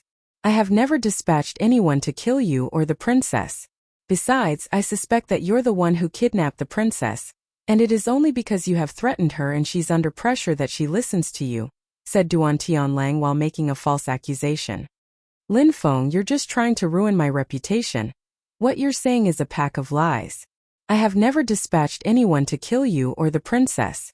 Besides, I suspect that you're the one who kidnapped the princess, and it is only because you have threatened her and she's under pressure that she listens to you, said Duan Tianlang while making a false accusation. Is that so? How come the high-ranking soldiers who tried to kill me told me that they were only obeying orders, and the Black Guard lieutenants confirmed that you were collaborating with Mou? You sowed disorder within our army which resulted in the death of hundreds of thousands of soldiers. If you were not working with Mou, why would you have attacked Lu Tsonglan's army? You, Duan Tianlang, are good at secretly at plotting against people, said Lin Feng, sounding cold and detached. The crowd was astonished. Duan Tianlang had collaborated with Mou? Lin Feng's words were too powerful.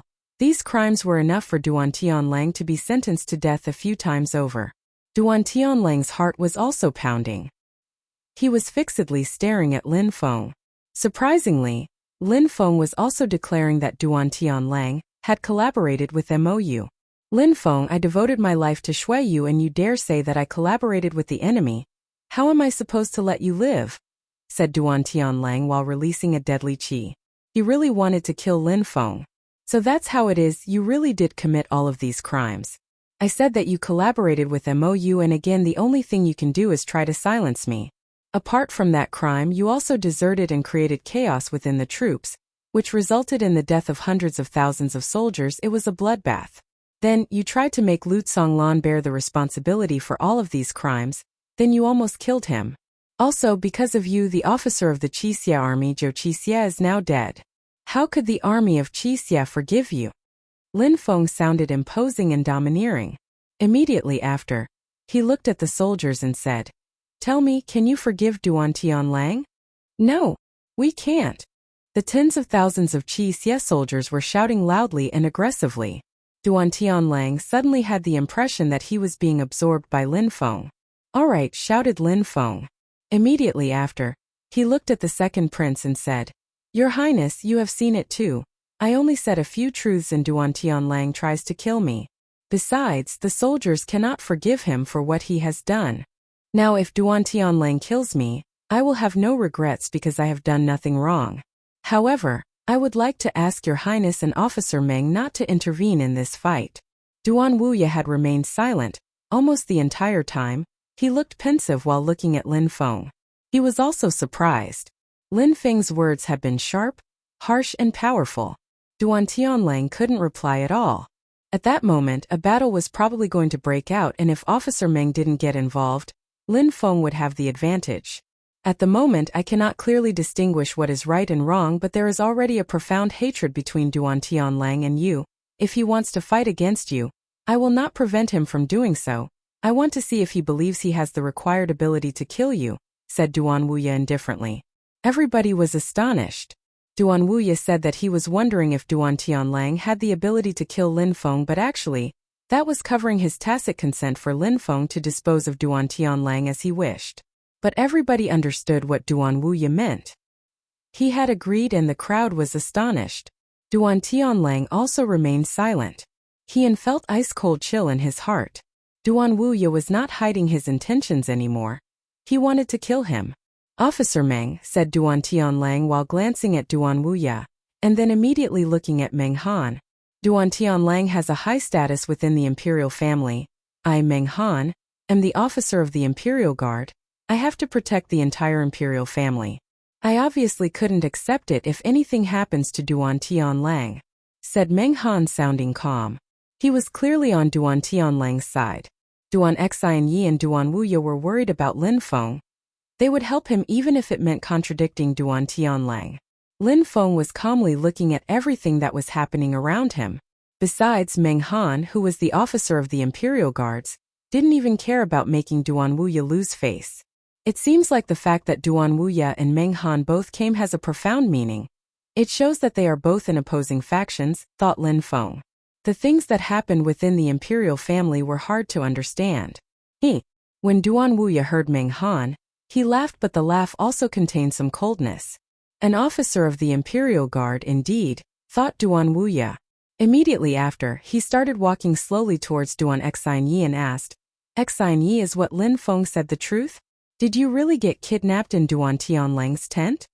Yes, it is the truth, said Duan Xianyi while nodding, and then added, on that day, Lin Feng and I were chatting in the tent when suddenly, an assassin came, and as Lin Feng saved me, I was kidnapped. After that, the kidnapper confirmed that he received orders from the Holy Courtyard and Uncle Duan, who were cooperating with MOU. Duan Tianlang was also plotting against Lin Feng. I understand, said Duan Wuya while slightly nodding, and then immediately said, Xianyi, you went through many hardships because of me. When he finished talking, Duan Wuya walked back towards Duan Tianlang, who started feeling uncertain. Duan Tianlang didn't fear many people, but Duan Wuya was one of those he feared. Duan Wuya's way of working wasn't easy to understand. There were very few people who could guess what he was thinking. Then Lin Feng and Lu Zonglan managed to encircle the enemy in Duanren City and burnt the city, killing a few 100,000 enemy soldiers. Then they were forced to retreat back to MOU. Duan Tianlang, would you like to say anything about this? Duan Tianlang was fixedly staring at Duan Wuya and said, No. All right, said Duan Wuya while nodding and continued. During the battle, a few 100,000 soldiers were sacrificed, but regardless of that, Lin Feng and the princess have come back to the imperial city alive, and the invading army has been repelled. Besides, there was also a huge misunderstanding about Lu Zonglan, right? That's right, said Duan Tianlang, who didn't feel like nodding anymore. Good, said Duan Wuya while nodding. He started walking on the death sentence stage and glanced at the crowd. He then said, "The dead are already gone and I am not looking for the guilty party any longer, but my family has falsely accused General Lu Tsonglan. General Lu Tsonglan, the divine arrow, has always been loyal, devoted, and courageous. He has always fought for the country. We can't forget that. I will report all of this to my father. I would like to grant Lu Tsonglan with the status of imperial minister, and he will also retain his status as a general. Besides, we will grant Zhou Qixia with a posthumous title for his courage and loyalty." He was conferring an imperial title upon Lu Tsonglan and a posthumous title upon Zhou Qixia. For Lu Tsonglan, that didn't matter much. In Duanren City, he was already like a king. As far as Zhou Qixia, what was the point in granting him a title? He was already dead. But Duan Wuye's point was more about admitting that the imperial family had made mistakes. They had unjustly accused Lu Tsonglan, but they recognized his loyalty and courage. "Uncle, do you agree with these things?" said Duan Wuya while looking at Duan Tianlang. Duan Tianlang was surprised and had no choice but to nod. They were rendering justice to Lu Tsonglan, and at the same time establishing Duan Tianlang's own guilt. Lu Tsonglan retained his title as a general. "General, what do you think about it?" asked Duan Wuya to Lu Tsonglan. Lu Tsonglan still had Zhou Qixia's corpse leaning against him. He slowly looked at the Qixia troops. He looked expressionless. "I, Lu Tsonglan, am grateful to the second prince. Thank you for your kindness. I am willing to accept these titles," said Lu Tsonglan, sounding indifferent. "General!" shouted the thousands of soldiers. How could he accept? Accepting meant letting Duan Tianlang get away with it. Lu Tsong looked at the crowd. Many of the soldiers were looking at Lin Feng. Lu Tsonglan sighed but also felt gratified. Lin Feng could now lead a whole army without Lu Tsonglan's help. Officer Zhou's last wish was to grant Lin Feng the status of officer of the Qixia after his death. "From today, Lin Feng, you are the officer of the Qixia army. I will first bring the soldiers back to Duanren City, and then hand the army over to you. Forget about what happened today," said Lu Tsonglan. Immediately after, he jumped on a horse while carrying Zhou Qixia's corpse in his arms. A wave of sorrow filled the atmosphere. Everybody could feel how desperate and sad Lu Tsonglan felt. They had fought loyally for their country, and this was how they were repaid. When Lin Feng heard Lu Tsonglan, he calmly nodded. He, of course, knew what Lu Tsonglan had meant. He was hoping that no more blood of the people he cared about would be spilt, so he wanted Lin Feng to forget about what had happened with Duan Tianlang. If Lin Feng continued his verbal attacks against Duan Tianlang, the blood of the soldiers would inevitably flow. Lu Tsonglan didn't want such a thing to happen again. When Lin Feng saw Lu Tsonglan leave, he sighed. What a sorrowful hero. Duan Wuya was relieved to see that Lu Tsonglan had accepted. Immediately after, he said, "Lin Feng, with your strategy, you managed to kill hundreds of thousands of enemy soldiers and repel their army.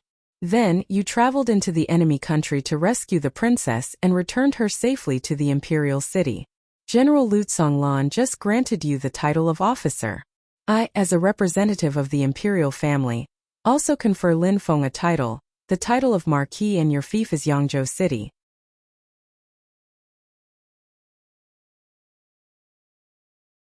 Marquis of Yangzhou City? Marquis of Yangzhou City? The crowd was stupefied. Officer of the Qixia troops and Marquis of the fief of Yangzhou. In Shuiyu, those who had the most power after the imperial family were imperial ministers, and directly below them was Marquis. Some Marquis reigned over a village while some others reigned over a city. Owning a city was required to be considered as a true Marquis. Even though Yangzhou City wasn't very big, Duan Wuye's move was of the highest significance. He had made Lin Feng into a true Marquis. He had given Lin Feng incredible power. From that moment, Yangzhou City belonged to Lin Feng. Every inhabitant of Yangzhou was under Lin Feng's control, and all of their lives belonged to him. At that moment, a realization flashed through Lin Feng's eyes. He realized that Duan Wuya was honoring his promise. He had hoped that Lin Feng would perform meritorious acts during the war so that he could provide him with a social status. Now that Lin Feng was back in the imperial city, Duan Wuya was granting Lin Feng with a social status, and at the same he was directly implying that Lin Feng was part of his faction. "Thank you, Your Highness," said Lin Feng in a low voice. Of course, he wasn't going to refuse Duan Wuya's offer. There were many strong cultivators in Shuiyu, and Lin Feng still wasn't extremely strong. Receiving such an opportunity was a great chance for him. "Don't get too happy yet. My father still has to make the final decision," said Duan Wuya while smiling warmly. Even though he was saying that, the whole crowd knew that everything was already set in stone. The final decision was just part of the process. Once the prince announced it, it was confirmed. If Duan Wuya wasn't sure about what he said, he wouldn't have said it in front of everyone. If the decision was overturned, he would have lost face. Lin Feng slightly nodded and remained silent. Duan Wuya turned towards Duan Xianyi and said, "Xianyi, that guy Meng Chong, did he really attack you? Was Meng Gufeng really there on the gate with him?" Duan Xianyi looked at Duan Wuya and nodded. "Yes, everybody saw us outside of the imperial city. Meng Chong gave the troops the orders to kill Lin Feng and me. Besides, Meng Gufeng didn't want to allow me entry into the imperial city." Duan Wuya slightly nodded and said, "Meng Gufeng was an officer and he committed a terrible crime. He illegally granted power to Meng Chong, who then used that power to try and kill my little sister. A soldier of the imperial city, who wants to kill the princess, deserves death." When the crowd heard Duan Wuya, they were surprised. Meng Gufeng and Meng Chong had already died. Why was Duan Wuya still talking about them? But at the moment when they were asking themselves questions, Duan Wuya looked at Meng Han. The crowd was wondering what was going on. Meng Han's heart also started accelerating. He had the impression that something ominous was going to happen. A moment before, he had made Duan Wuya lose face by supporting Duan Tianlang. Officer Meng Gufeng attempted to assassinate the princess. Even though he is dead already, his brother Meng Han is still the officer of the Imperial Guards. "I think that it is necessary to carry out a full investigation, Meng Han. You are already not an appropriate choice to occupy the function of officer of the Imperial Guards." When Duan Wuya finished talking, people's hearts were racing. The second prince was extremely fierce and harsh. Meng Han couldn't refute his argument. Meng Han's heart violently pounded as well. He wanted Duan Wuya to die for finding such an excuse to dismiss him. Meng Han turned around and looked at Duan Tianlang, who remained silent. Duan Tianlang was already in a critical situation himself. Duan Wuya hadn't decided what he wanted to do with him, otherwise, he wouldn't remain so polite. At that moment though, he didn't want to anger the second prince. The second prince was fierce, intrepid and tough. Meng Han saw that Duan Tianlang remained silent. He then said to Duan Wuya, "Your Highness, Meng Gufeng committed crimes, but what does that have to do with me? Even though he was my brother, I know nothing about that.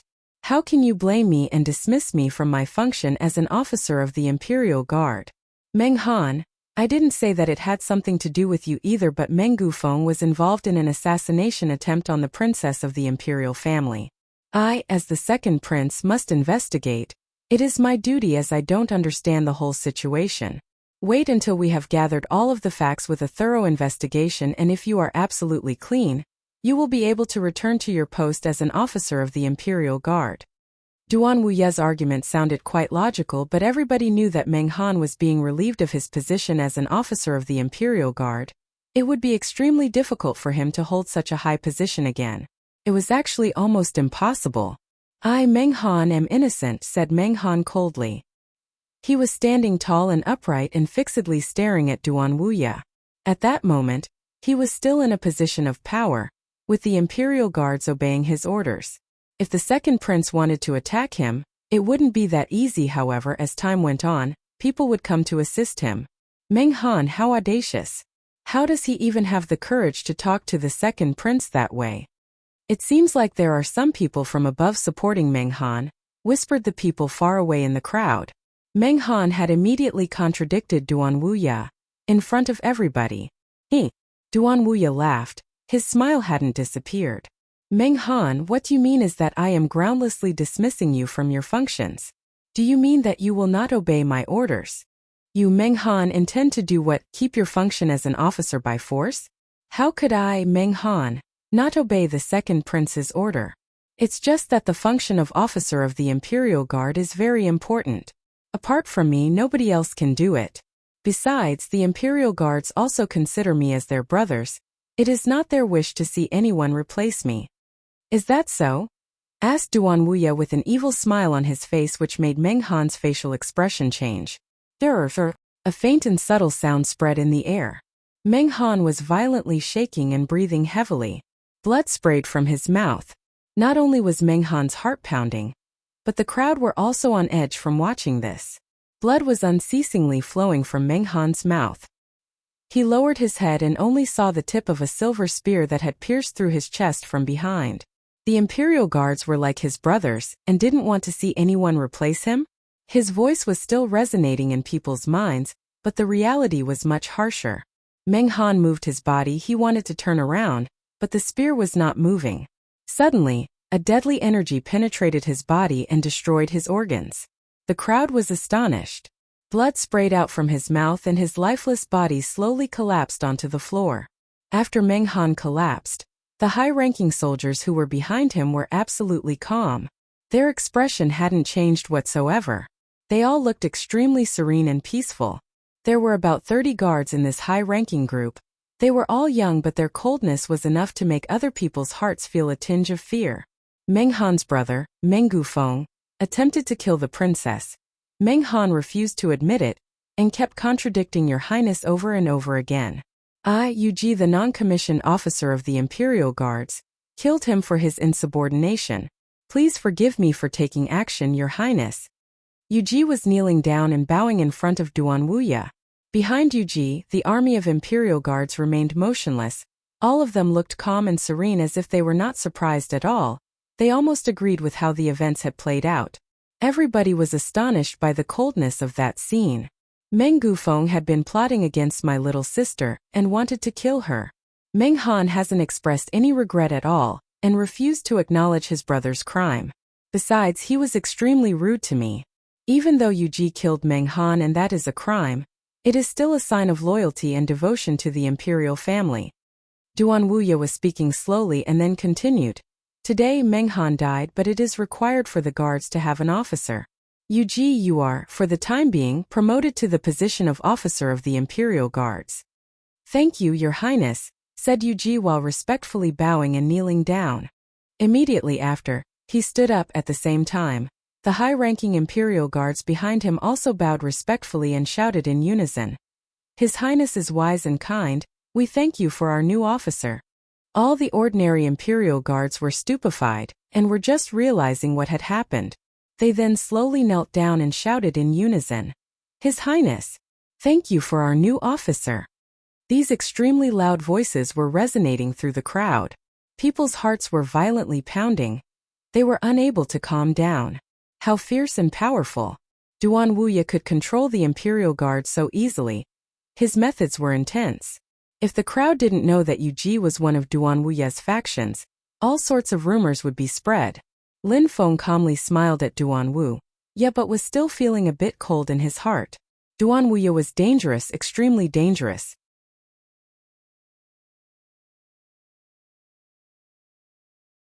Everybody stand up, said Duan Wuya while waving his hand. The ones who were still kneeling down slowly stood up, but for a long time, they were unable to calm down. A position as important as officer of the Imperial Guard had been transferred so easily. Everybody stand up, said Duan Wuya while waving his hand. The ones who were still kneeling down slowly stood up, but for a long time, they were unable to calm down. A position as important as officer of the Imperial Guard had been transferred so easily. Duan Wuya's opinion was that there was nothing special or surprising about it. It was as if the Imperial Guard didn't mean that much to him. Yu Ji, now you are the officer of the Imperial Guard. You know what you have to do. Yu Ji nodded and bowed while saying, Your Highness, I will leave with the guards now and patrol the streets to ensure the residents' safety. All right, you can go, said Duan Wuya while waving. Immediately after, several tens of thousands of guards left. Only those from Duanren City, who were surrounding the death sentence stage, were still there. Nobody could threaten them. Duan Tianlang and his son's facial expression was growing more and more hideous. Duan Tianlang had wanted to kill Lu Tsonglan, but at the crucial moment, Lin Feng had appeared with Duan Xinyi. They had rushed over and killing Lu Tsonglan had become impossible. He was going to stay alive. Besides, Duan Han wanted to marry Lu Fei. Using Lu Songlan's life as a bargaining tool, he had been blackmailing her. If she wasn't willing to engage in a relationship with him, he would turn his back on Lu Songlan, who would then die. Lu Fei hated him and didn't want to become his wife. She rejected his offer. What was making them boil with envy was that Lin Feng had become a marquis, the officer of the Wuxia army, and had obtained the control of his hometown. Besides, Duan Wuya had also appointed a new person to be the officer of the Imperial Guards. It was a crushing defeat for them. All these things had happened because of one person, Lin Feng. At that moment, Duan Tianlang and his son were looking at Lin Feng with ice-cold glares. Lin Feng turned around and looked at them. His face was filled with killing intent and he made no attempt to hide it. Lin Feng, we're stopping this for the time being, said Duan Wuya in a low voice when he sensed Lin Feng was ready to kill. Duan Tianlang had a high status. He was a noble from the Duan clan. Duan Tianlang was a member of the imperial family. Killing him isn't as easy as killing Meng Han. It would need a justified reason. Lin Feng had no excuse to kill Duan Tianlang at that moment. Yes, I understand, Your Highness. What happened today is over, for the time being, said Lin Feng while slightly nodding. The soldiers sighed. Duan Tianlang would stay alive after all he had done, even though the blood of so many people was on his hands. Of course, they weren't blaming Lin Feng. What he had done wasn't easy at all. If Lin Feng hadn't been there, Lu Songlan would have been executed and they would have been doomed as well, as they would have been considered as a rebel army. But, at that moment, Lin Feng turned around and looked at Duan Tianlang and Duan Han. He said, "What happened today is over for now, but last time Duan Tianlang brought an army to exterminate the Yunhai sect. The Yunhai sect turned into a bloodbath. I, Lin Feng, as a disciple of the Yunhai sect, need to get my revenge because of the hatred left deep within my heart. Therefore, the enmity between Duan Tianlang and me will never end without his death." The crowd was stupefied. It wasn't over. Lin Feng used to be a disciple of the Yunhai sect. Therefore, he had an excuse for not letting past grievances be settled. So that's how it is. Duan Tianlang exterminated the Yunhai sect, of which Lin Feng used to be a disciple. His hatred for Duan Tianlang should be endless. How could he forget such a thing? Duan Tianlang is his enemy and the hatred is too deeply engraved in his heart. There is no solution. With such justification, Duan Wuya cannot say anything either. People in the crowd were all trying to understand the situation. Then they saw Lin Feng turn around. He looked at the troops and at Ran Qingquang in particular. "Officer Ran, sorry for causing you trouble. Please take the troops out of the city and wait for me there. I have something to do here. I will come to you when I'm done," said Lin Feng to Ran Qingquang. Immediately, many started shouting from within the army. "We're not leaving, the officer is here, we're staying. Yes, we will stay with our officer." The Wuxia troops were shouting in protest. The crowd was surprised. Lin Feng was so young and his troops were already extremely loyal and devoted to him. These feelings were already deeply engraved into their hearts. Surprisingly, even before Lu Songlan had assigned Lin Feng as their new officer, they have already regarded him as their leader. "Get the hell out of here, all of you. If you don't hurry, I'll get angry," said Lin Feng, sounding ice-cold. The troops were all a bit surprised. "Officer Ran, sorry for the inconvenience." Lin Feng coldly looked at the troops and then at Ran Qingquang. If they stayed with him, it would be the same as continuing to talk about the problems that happened on that day. Even though in itself it was the same, it was no longer about the grievance between Duan Tianlang and the Wuxia army. Lin Feng needed to justify his reason for revenge because Duan Wuya was there. Duan Wuya had freed Lu Songlan, giving him the title of imperial minister. He had given Lin Feng the title of marquis. All these things were supposed to make them stop pursuing issues caused by the war. If Lin Feng continued, Duan Wuya would not tolerate it. Therefore, at that moment he gave a new reason: the Yunhai sect had been destroyed. The troops thus had to leave as it did not involve them.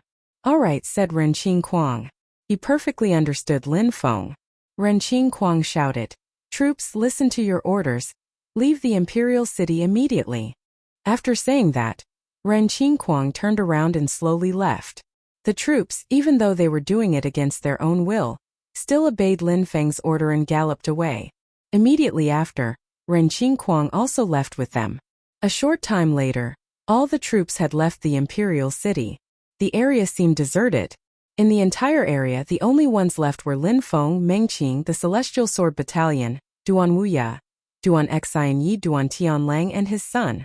At that moment, Duan Tianlang narrowed his eyes and evilly stared at Lin Feng. That boy wasn't going to give up. Duan Wuya hadn't thought that Lin Feng would be so stubborn either. But Lin Feng had mentioned the extermination of the Yunhai sect, and his status as a disciple of the Yunhai sect. Of course, his heart was filled with hatred. Lin Feng, shouted Duan Wuya at that moment. Lin Feng turned around and immediately heard him say, Lin Feng, Duan Tianlang is an imperial family member. His title of being an imperial family member is higher than that of Marquis, more respectable. You cannot attack him.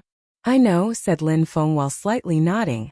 Duan Wuya was a bit surprised since Lin Feng knew what else did he want. Your Highness, Duan Tianlang is a member of the imperial family and your uncle. His status is respectable and extremely high. I will obviously not attack him, said Lin Feng sounding detached. The crowd didn't understand him at all. But then they heard Lin Feng continue. However, back in the past, Duan Tianlang had brought his son along, Duan Han, who helped him to slaughter the Yunhai sect, my sect. Duan Han is extremely arrogant and thinks he is better than me. He even said that I wouldn't withstand a single attack when we fought. Now Duan Han, the young noble without an incredible status, is before me. I, Lin Feng, am already a marquis. It should be enough for me to have a battle against him. Right here, right now. I would like him to enlighten me as he said he would in the past. When the crowd heard Lin Feng, they immediately understood who his target was. It wasn't Duan Tianlang but Duan Han. Lin Feng was challenging Duan Han. However, Duan Han at that moment would never want to fight. He remembered that day at the Yunhai sect. He thought that he was extremely strong, but then at that moment fighting against Lin Feng had become difficult for him. Lin Feng had always been stronger than Duan Han. Duan Han didn't have the courage to fight against Lin Feng anymore. Duan Han felt awkward and was staring Lin Feng. He had a hideous facial expression. How was he supposed to accept Lin Feng's challenge? We refuse. Duan Han and I have things to do, we have no time, said Duan Tianlang sounding cold and detached. Things to do, said Lin Feng while smiling coldly. Duan Tianlang, when you went to destroy the Yunhai sect, did you ask the people of the Yunhai sect if they would accept? Duan Tianlang narrowed his eyes. That was ridiculous, how could they accept? Duan Tianlang, when the princess was taken away, your troops blocked my path and tried to kill me. Did you ask me if I had the time? Lin Feng ignored Duan Tianlang and continued. Besides, Duan Tianlang, when you and your son set a trap in order to kill me which led to the death of hundreds of thousands from the Shuiyu army, then deserted the battlefield in order to rush back and try to have Lu Tsonglan executed, did you ask everybody else if they accepted? Lin Feng's voice was growing louder and louder. A cold and deadly energy emerged from his body. Lin Feng, who was always calm, was furious. How powerful! What Lin Feng meant is that there was no choice, he was fighting Duan Han regardless of who stood in his way. Lin Feng had an evil smile on his face and was staring at Duan Han. He then said in an ice-cold tone, Duan Han, back in the days at the Yunhai sect, you considered everyone beneath your attention but our battle was not allowed an end. You have to treat a man as he treated you. Today we finish our battle. When Lin Feng finished talking, he started walking forward. That battle could happen because of a single justifiable excuse. It wasn't about wanting to battle, it was about finishing their unfinished battle. In the world of cultivation, Lin Feng was always moving closer to his goal of soaring in the clouds.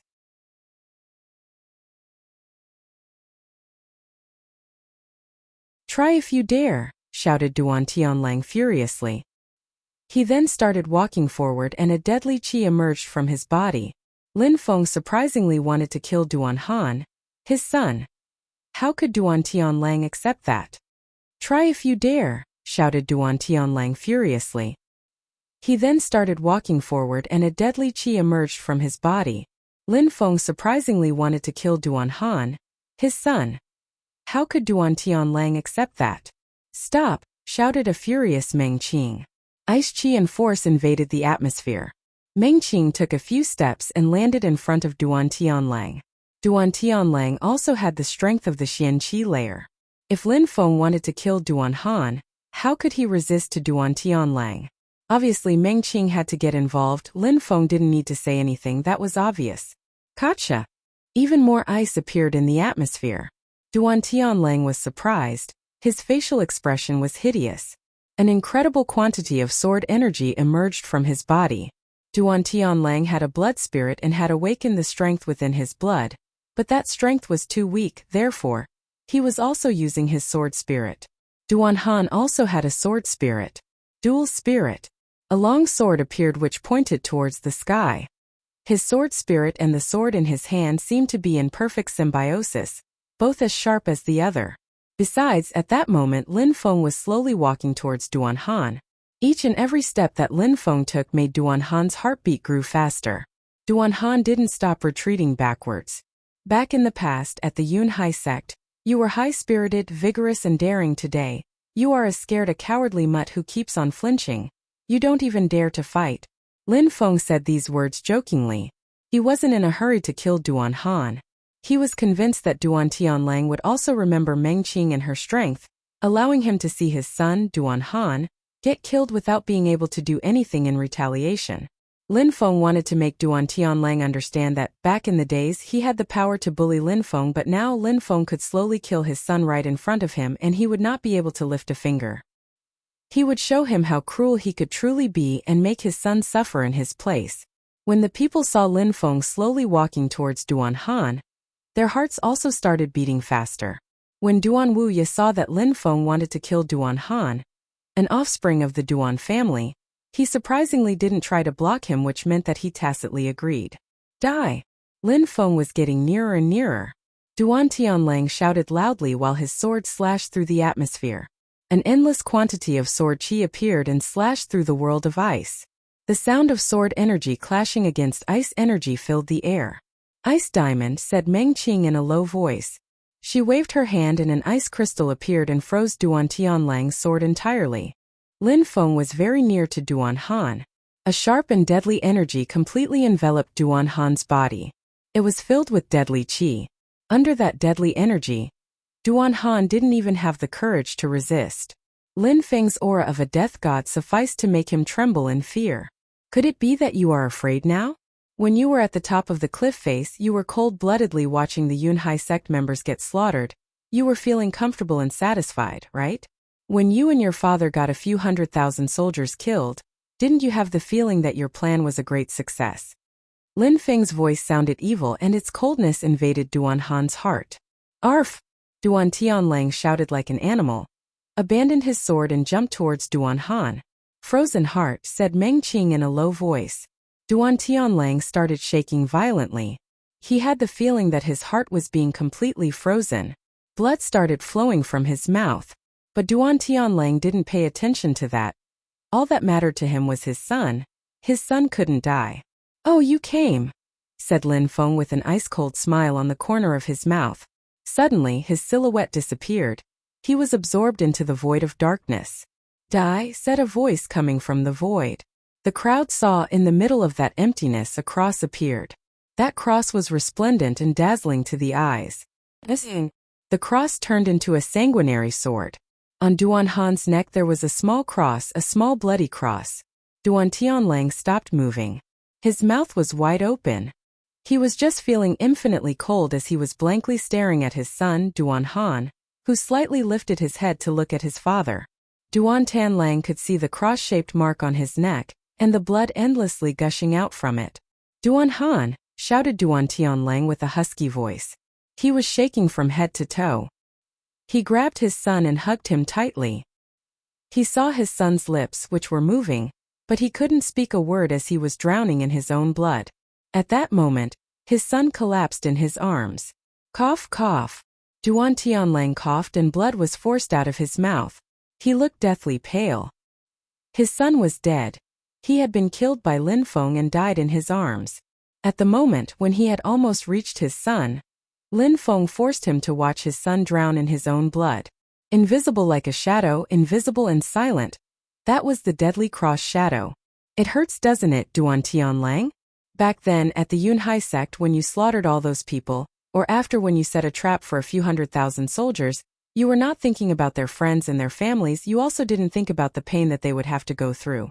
said Lin Feng, who was standing behind Duan Tianlang watching the scene. Lin Feng, furiously shouted Duan Tianlang while releasing a deadly energy. You don't need to shout. I know that you wish you could hack me into a million pieces. I understand your hatred because I feel that hatred inside me, and my hatred is much more terrifying than yours, said Lin Feng sounding calm.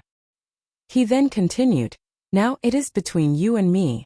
If you have an opportunity to kill me, feel free to try. Because if someday I have the opportunity to kill you, I will unleash my hatred and show you no mercy.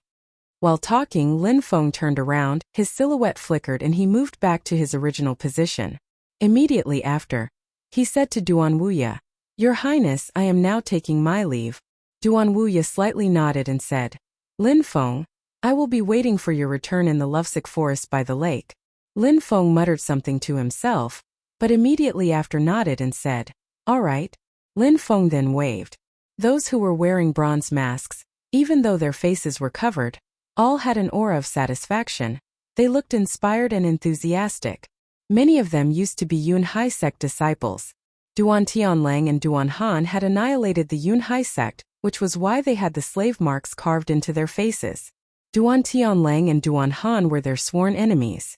When they saw Lin Feng kill Duan Han and force Duan Tianlang into such a situation, how could they not feel satisfied? They coldly glanced at Duan Tianlang, then turned around and followed Lin Feng. Then altogether they galloped away. Duan Tianlang was showing no sign of indignation or anger. He didn't do anything irrational. Meng Qing had already badly injured him. While Meng Qing was there, it was impossible for him to kill Lin Feng. If he attacked Lin Feng, Meng Qing would continue to inflict injuries. Who was that beautiful girl, whose face was covered with a fine veil, and why was she following Lin Feng? She was extremely strong. Lin Feng, if I, Duan Tianlang, don't kill you, my life will not be worth living, said Duan Tianlang while feeling that his son's skin was growing colder and more lifeless. He uttered a long and mournful cry. A strong wind blew over the area. Everybody was feeling cold. They were looking at the silhouette slowly disappearing. They all understood that Shui Yu had an incredible young genius. He had confined enemy troops in a city, set it on fire, and killed hundreds of thousands of them.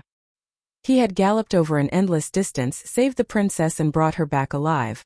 He had killed an officer of the imperial city. He had saved Lu Tsonglan, who was about to get executed by Duan Tianlang. He had become a marquis and possessed a city, and then he killed Duan Han in front of his father's eyes. Lin Feng's name was definitely going to be famous in the entire country. Outside of the imperial city, the army had gathered. At that moment, the city gate was open. A group of armored horses passed through it. Immediately, the crowd looked towards the gate. Lin Feng looked at the whole crowd. He was a bit surprised. He looked startled and moved forward. Besides, 3 silhouettes rushed out to welcome him. These 3 people were precisely Officer Ren Qingquang, Officer of the Middle Troops, Officer Feng Yuhan, Officer of the Left Troops, and Officer Lei Qingtian, Officer of the Right Troops. Is Uncle Lu in charge of all these troops now? Asked Lin Feng to the 3 officers. At that moment, outside of the city, all the soldiers were wearing red armor, riding Qixia armored horses. They were all Qixia troops. Besides, the other officers were not leading them. Nobody said anything at that moment. The troops looked towards Lin Feng, and all jumped down from their horses and then all knelt down. We, the Qixia troops, welcome our new officer, said the troops in unison, extremely loudly, making the ground shake. That drew the attention of many people, even of some who were far away. Lin Feng was astonished as well. Everyone stand up. What on earth are you doing? Said Lin Feng. Lin Feng. Ren Qingquang galloped towards Lin Feng and then said, Lin Feng, the general dismissed these troops. Dismissed the troops? Asked Lin Feng a bit surprised. What was Lu Tsonglan doing? But apart from a small minority of them who wanted to follow the general, everybody refused to leave. He only brought those troops who would only follow him back to Duanren City, leaving us behind to wait for you. Wait for me. Indeed, wait for you, said Ren Qingquang in a calm and solemn way. He then slowly said, Lin Feng, the general said there was no point staying in Duanren City because if MOU tried to attack again, there would be no force left to resist them. Therefore, the general told the whole army to stay here. Lin Feng, now you are a marquis, you are the officer of the Qixia troops, and since you own the fief of Yangzhou City, you can have your own personal army. The general told us to stay with you and pledge our loyalty to you rather than the country of Shuiyu. As your personal army, we can go to Yangzhou City, your fief. From now on, the Qixia army will listen to your orders as well as ours. Ren Qingquang's words made Lin Feng's heart pound. Lu Zonglan was giving the elite troops of Shuiyu, the Qixia army, as well as its 3 officers, to him as his own private army? In any case, he was now a marquis. He had the space to accommodate his own personal army in Yangzhou City. Then the Yunhai sect. Sigh. Lin Feng raised his head to the sky and took a deep breath. He looked at Ren Qingquang and said, I agree.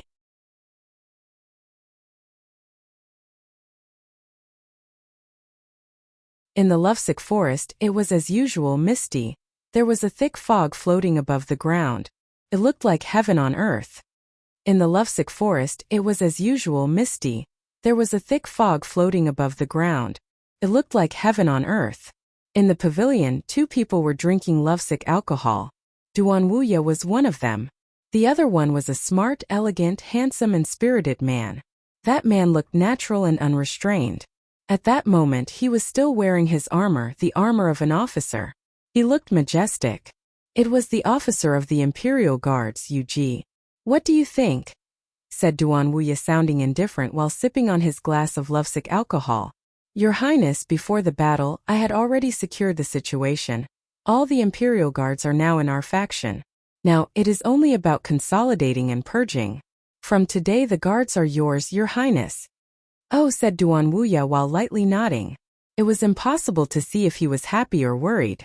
He was expressionless and uncommunicative. At that moment, someone wearing black clothes was approaching and arrived at the pavilion. He slightly bowed in front of the second prince and said, Your Highness. Nanshan, sit down, said Duan Wuya while waving and smiling softly and warmly. Nanshan slightly nodded and immediately sat down opposite Yu. He said, Your Highness, Lu Zonglan went back to Duanren City, but he gave his army to Lin Feng. He wants them to stay with him. Great news. Duan Wuya paused and then said while nodding, Maybe then he'll be able to use them for a good cause. Yu, the Imperial Guards need you, you should go back, said Duan Wuya to Yu. Yu slightly nodded and took leave. Immediately after, he left the pavilion. Nanshan, while looking at Yu's silhouette leave, said, Your Highness, congratulations on gaining the Imperial Guards. Duan Wuya shook his head and said, Today's greatest achievement is not the Imperial Guards. Duan Tianlang, Meng Han and the others didn't care about Your Highness and worked against Your Highness. Meng Han is already dead. Duan Tianlang is mourning over his son's death. The others should be perfectly aware of the situation as well, said Nanshan. Duan Wuya was usually always so kind and soft. Because of that, many people forgot that he was also extremely powerful. Nanshan had been following Duan Wuya for many years. He perfectly understood that the people who underestimated Duan Wuya would end up in tragic situations. Even the extremely strong, powerful, ruthless and cruel high official, the crown prince, didn't dare look down on his brother. That's not how it is, said Duan Wuya while shaking his head. Nanshan was a bit surprised and immediately said, Lin Feng? Indeed, that's Lin Feng. Duan Wuya, while slightly nodding his head, said, Everybody now knows that Lin Feng is one from my faction. Even though the Imperial Guards protect the city and constitute an important provision of force, in comparison with these troops, they are still too weak. These troops are my goal. Duan Tianlang is too arrogant and looks down on everyone else, he's a moron. Surprisingly, he dared touch Duan Xinyi. He doesn't know, but from that moment, he doomed himself. He still thinks that there is a chance with my brother, but he's nothing but a dead man. Duan Wuya at that moment didn't look like a friendly person. His eyes were filled with sharpness, brutality and coldness. He hadn't been worried about Duan Xinyi being kidnapped by MOU troops. They wouldn't have killed Duan Xinyi, but he hadn't thought that Duan Tianlang would try to kill Lin Feng and Duan Xinyi on the way back. Nanshan could sense Duan Wuya's coldness. He knew that if Duan Tianlang was still alive, but it was only a matter of time. What Duan Tianlang didn't understand was that he wouldn't be able to achieve his aim if the princess died. He would be doomed. No matter the winner, Duan Wudao or Duan Wuya, Dan Tianlang would have been killed for murdering Duan Xinyi. Duan Tianlang still thought that Duan Wudao would agree with him killing the princess. Maybe if Duan Tianlang had the princess blood on his hands, Duan Wudao wouldn't say anything initially, but in the end, he would end up like everyone else who had committed a serious crime. Such things were typical in political affairs. They were doing things behind the curtains in secret, and things were difficult to understand. It was difficult to see where each piece was placed on the board. Nanshan, you tell me, how can I get these troops? Said Duan Wuya. Nanshan was surprised, shook his head and said, I don't know. Nanshan knew what Duan Wuya meant. The most mysterious army of Shuiyu, the Snow Dragon Guards. The Snow Dragon Guard unit was composed of the best cultivators within Shuiyu. It is absolutely normal for you not to know, said Duan Wuya while smiling. The old man will, sooner or later, stop reigning over the country, allowing my brother and me to struggle for power and influence.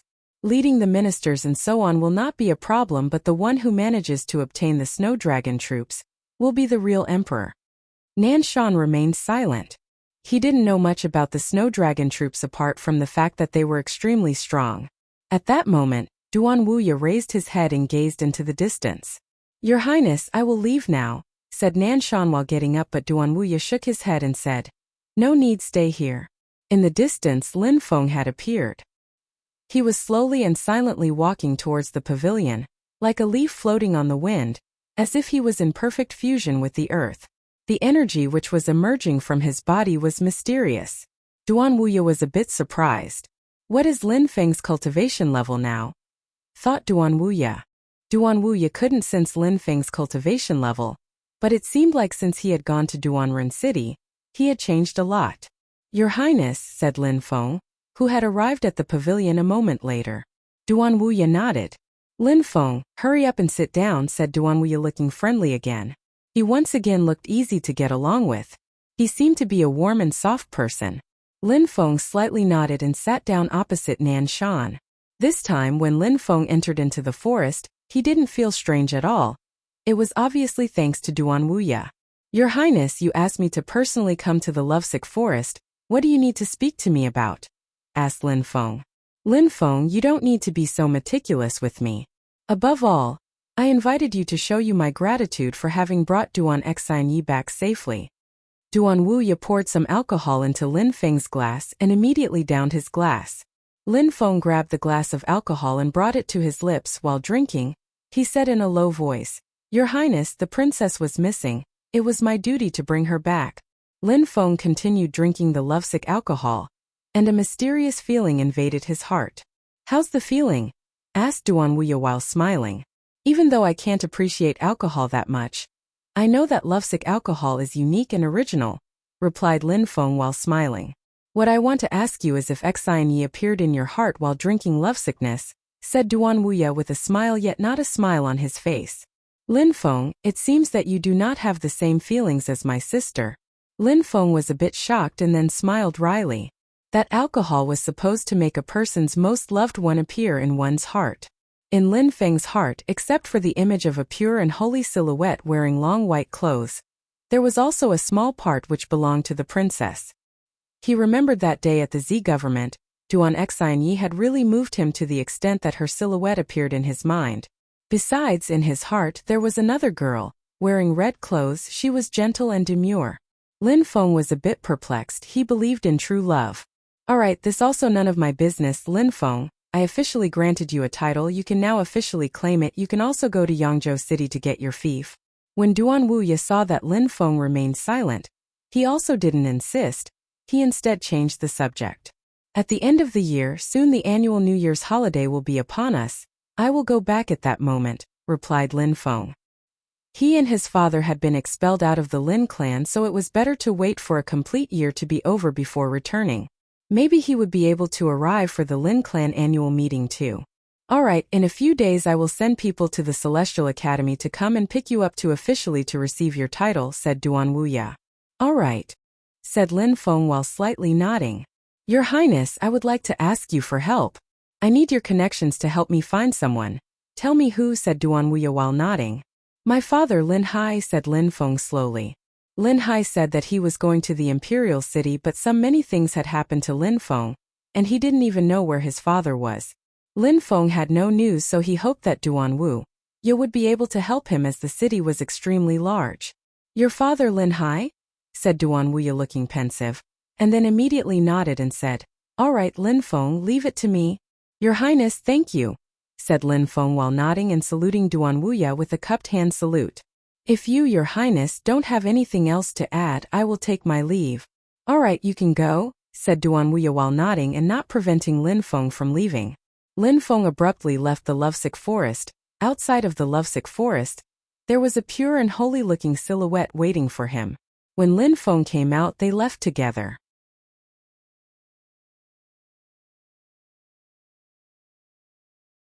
In the peach orchard of the Celestial Academy, leaves were floating in the air like beautiful women dancing in the wind.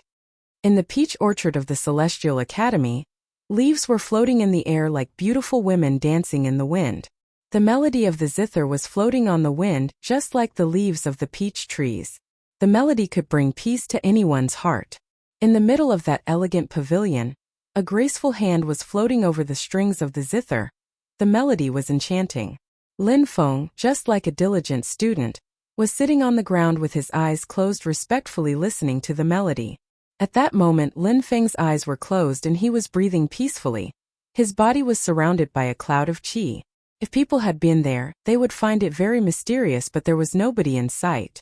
For Lin Feng, it seemed like there was nothing but the earth. He was in fusion with the earth.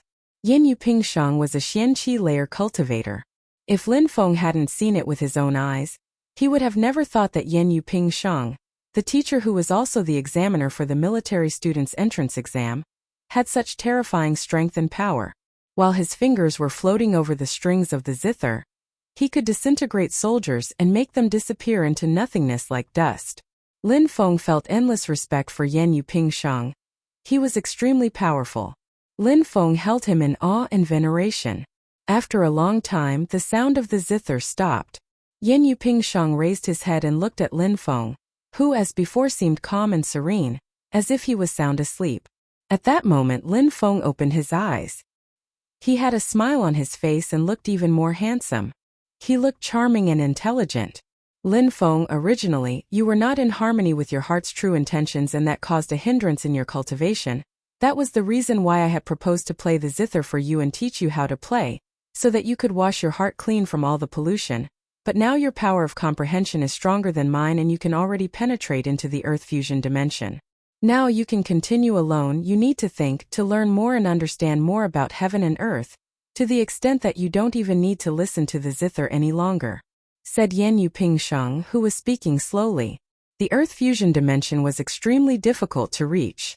Since Lin Feng had managed to break through to that complex cultivation layer, after that, breaking through to the different layers would be a piece of cake, at least until he reached the Tianqi layer.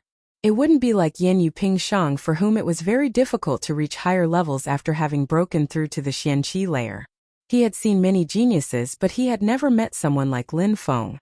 Since Lin Feng could comprehend the earth fusion so well, people who had stronger talent than him were almost non-existent. "Teacher, I want to learn how to play the zither," said Lin Feng while slightly smiling. Lin Feng was very sensitive to the arts, especially to the zither. Not only did it help with meditating, but it could also be used to kill. "All right, if you want to learn, I will teach you. Besides, with the power of the earth fusion, it will be easy for you to learn. After a while, you'll play much better than me," said Yan Yuping Shang. He had faith in Lin Feng. Lin Feng was a once-in-a-lifetime genius. Lin Feng wasn't arrogant at all. He was very humble. He had a strong willpower and determination. Besides, he was extremely talented. He was a real treasure.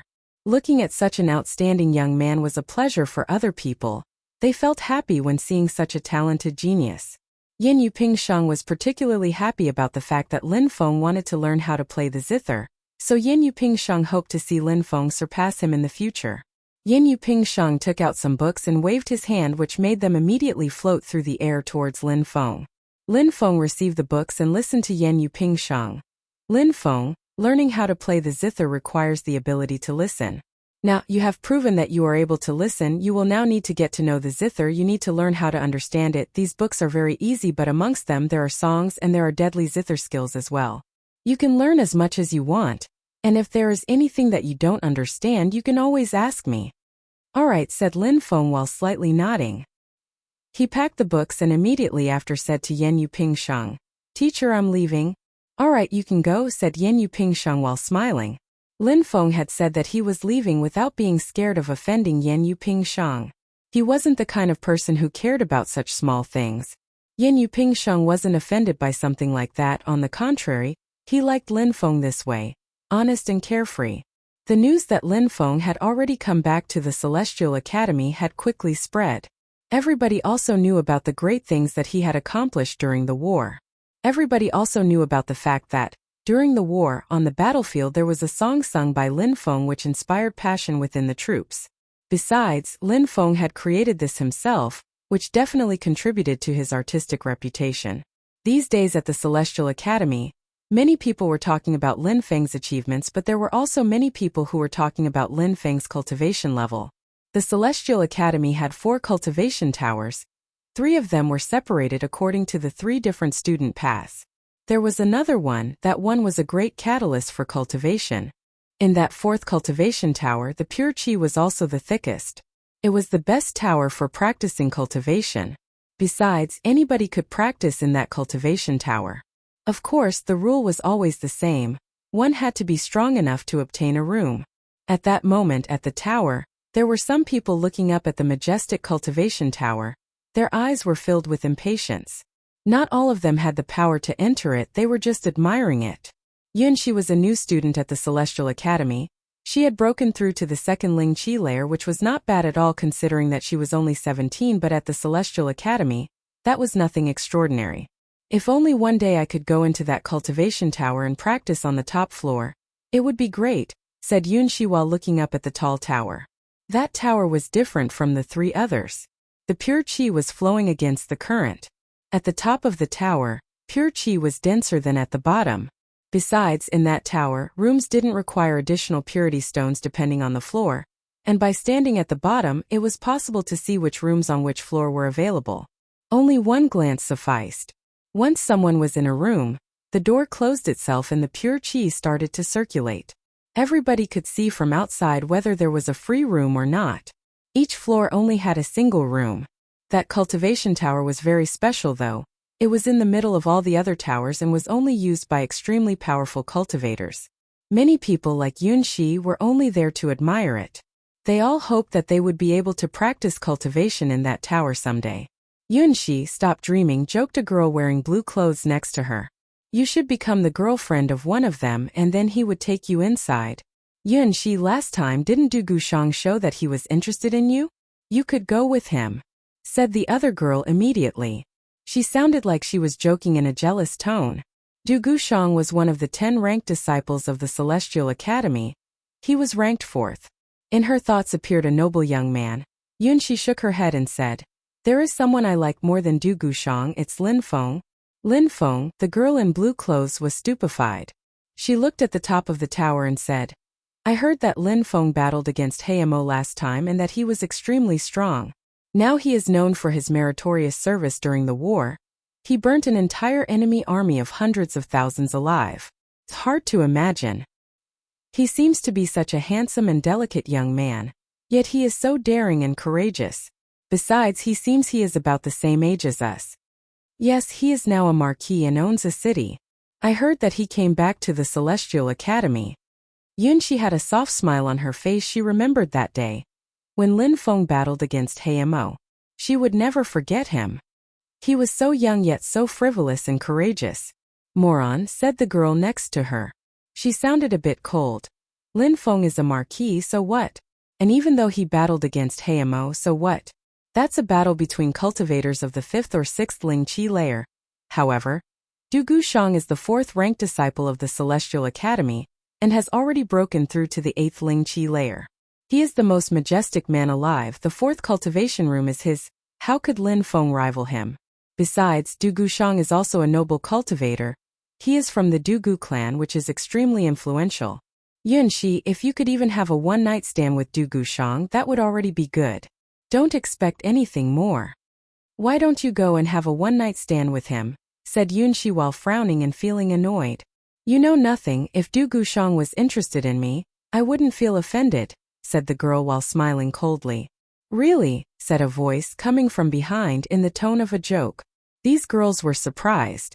They immediately turned around and saw an arrogant-looking young man. Du Gushang. At that moment, Du Gushang was looking at Yun Shi. He said in the tone of a joke, Lin Feng is nothing. How could he rival me? You dare be interested in him instead of me, you must be blind. You're tuning in to the Li Mei's Wuxia Whispers YouTube channel. We're so grateful for your support, and don't forget to subscribe to join us on this incredible journey through captivating stories. Your generosity through donations truly makes a world of difference, as it's the primary source of revenue that allows me to expand and enhance this channel for you. Thank you from the bottom of my heart for being a part of this adventure.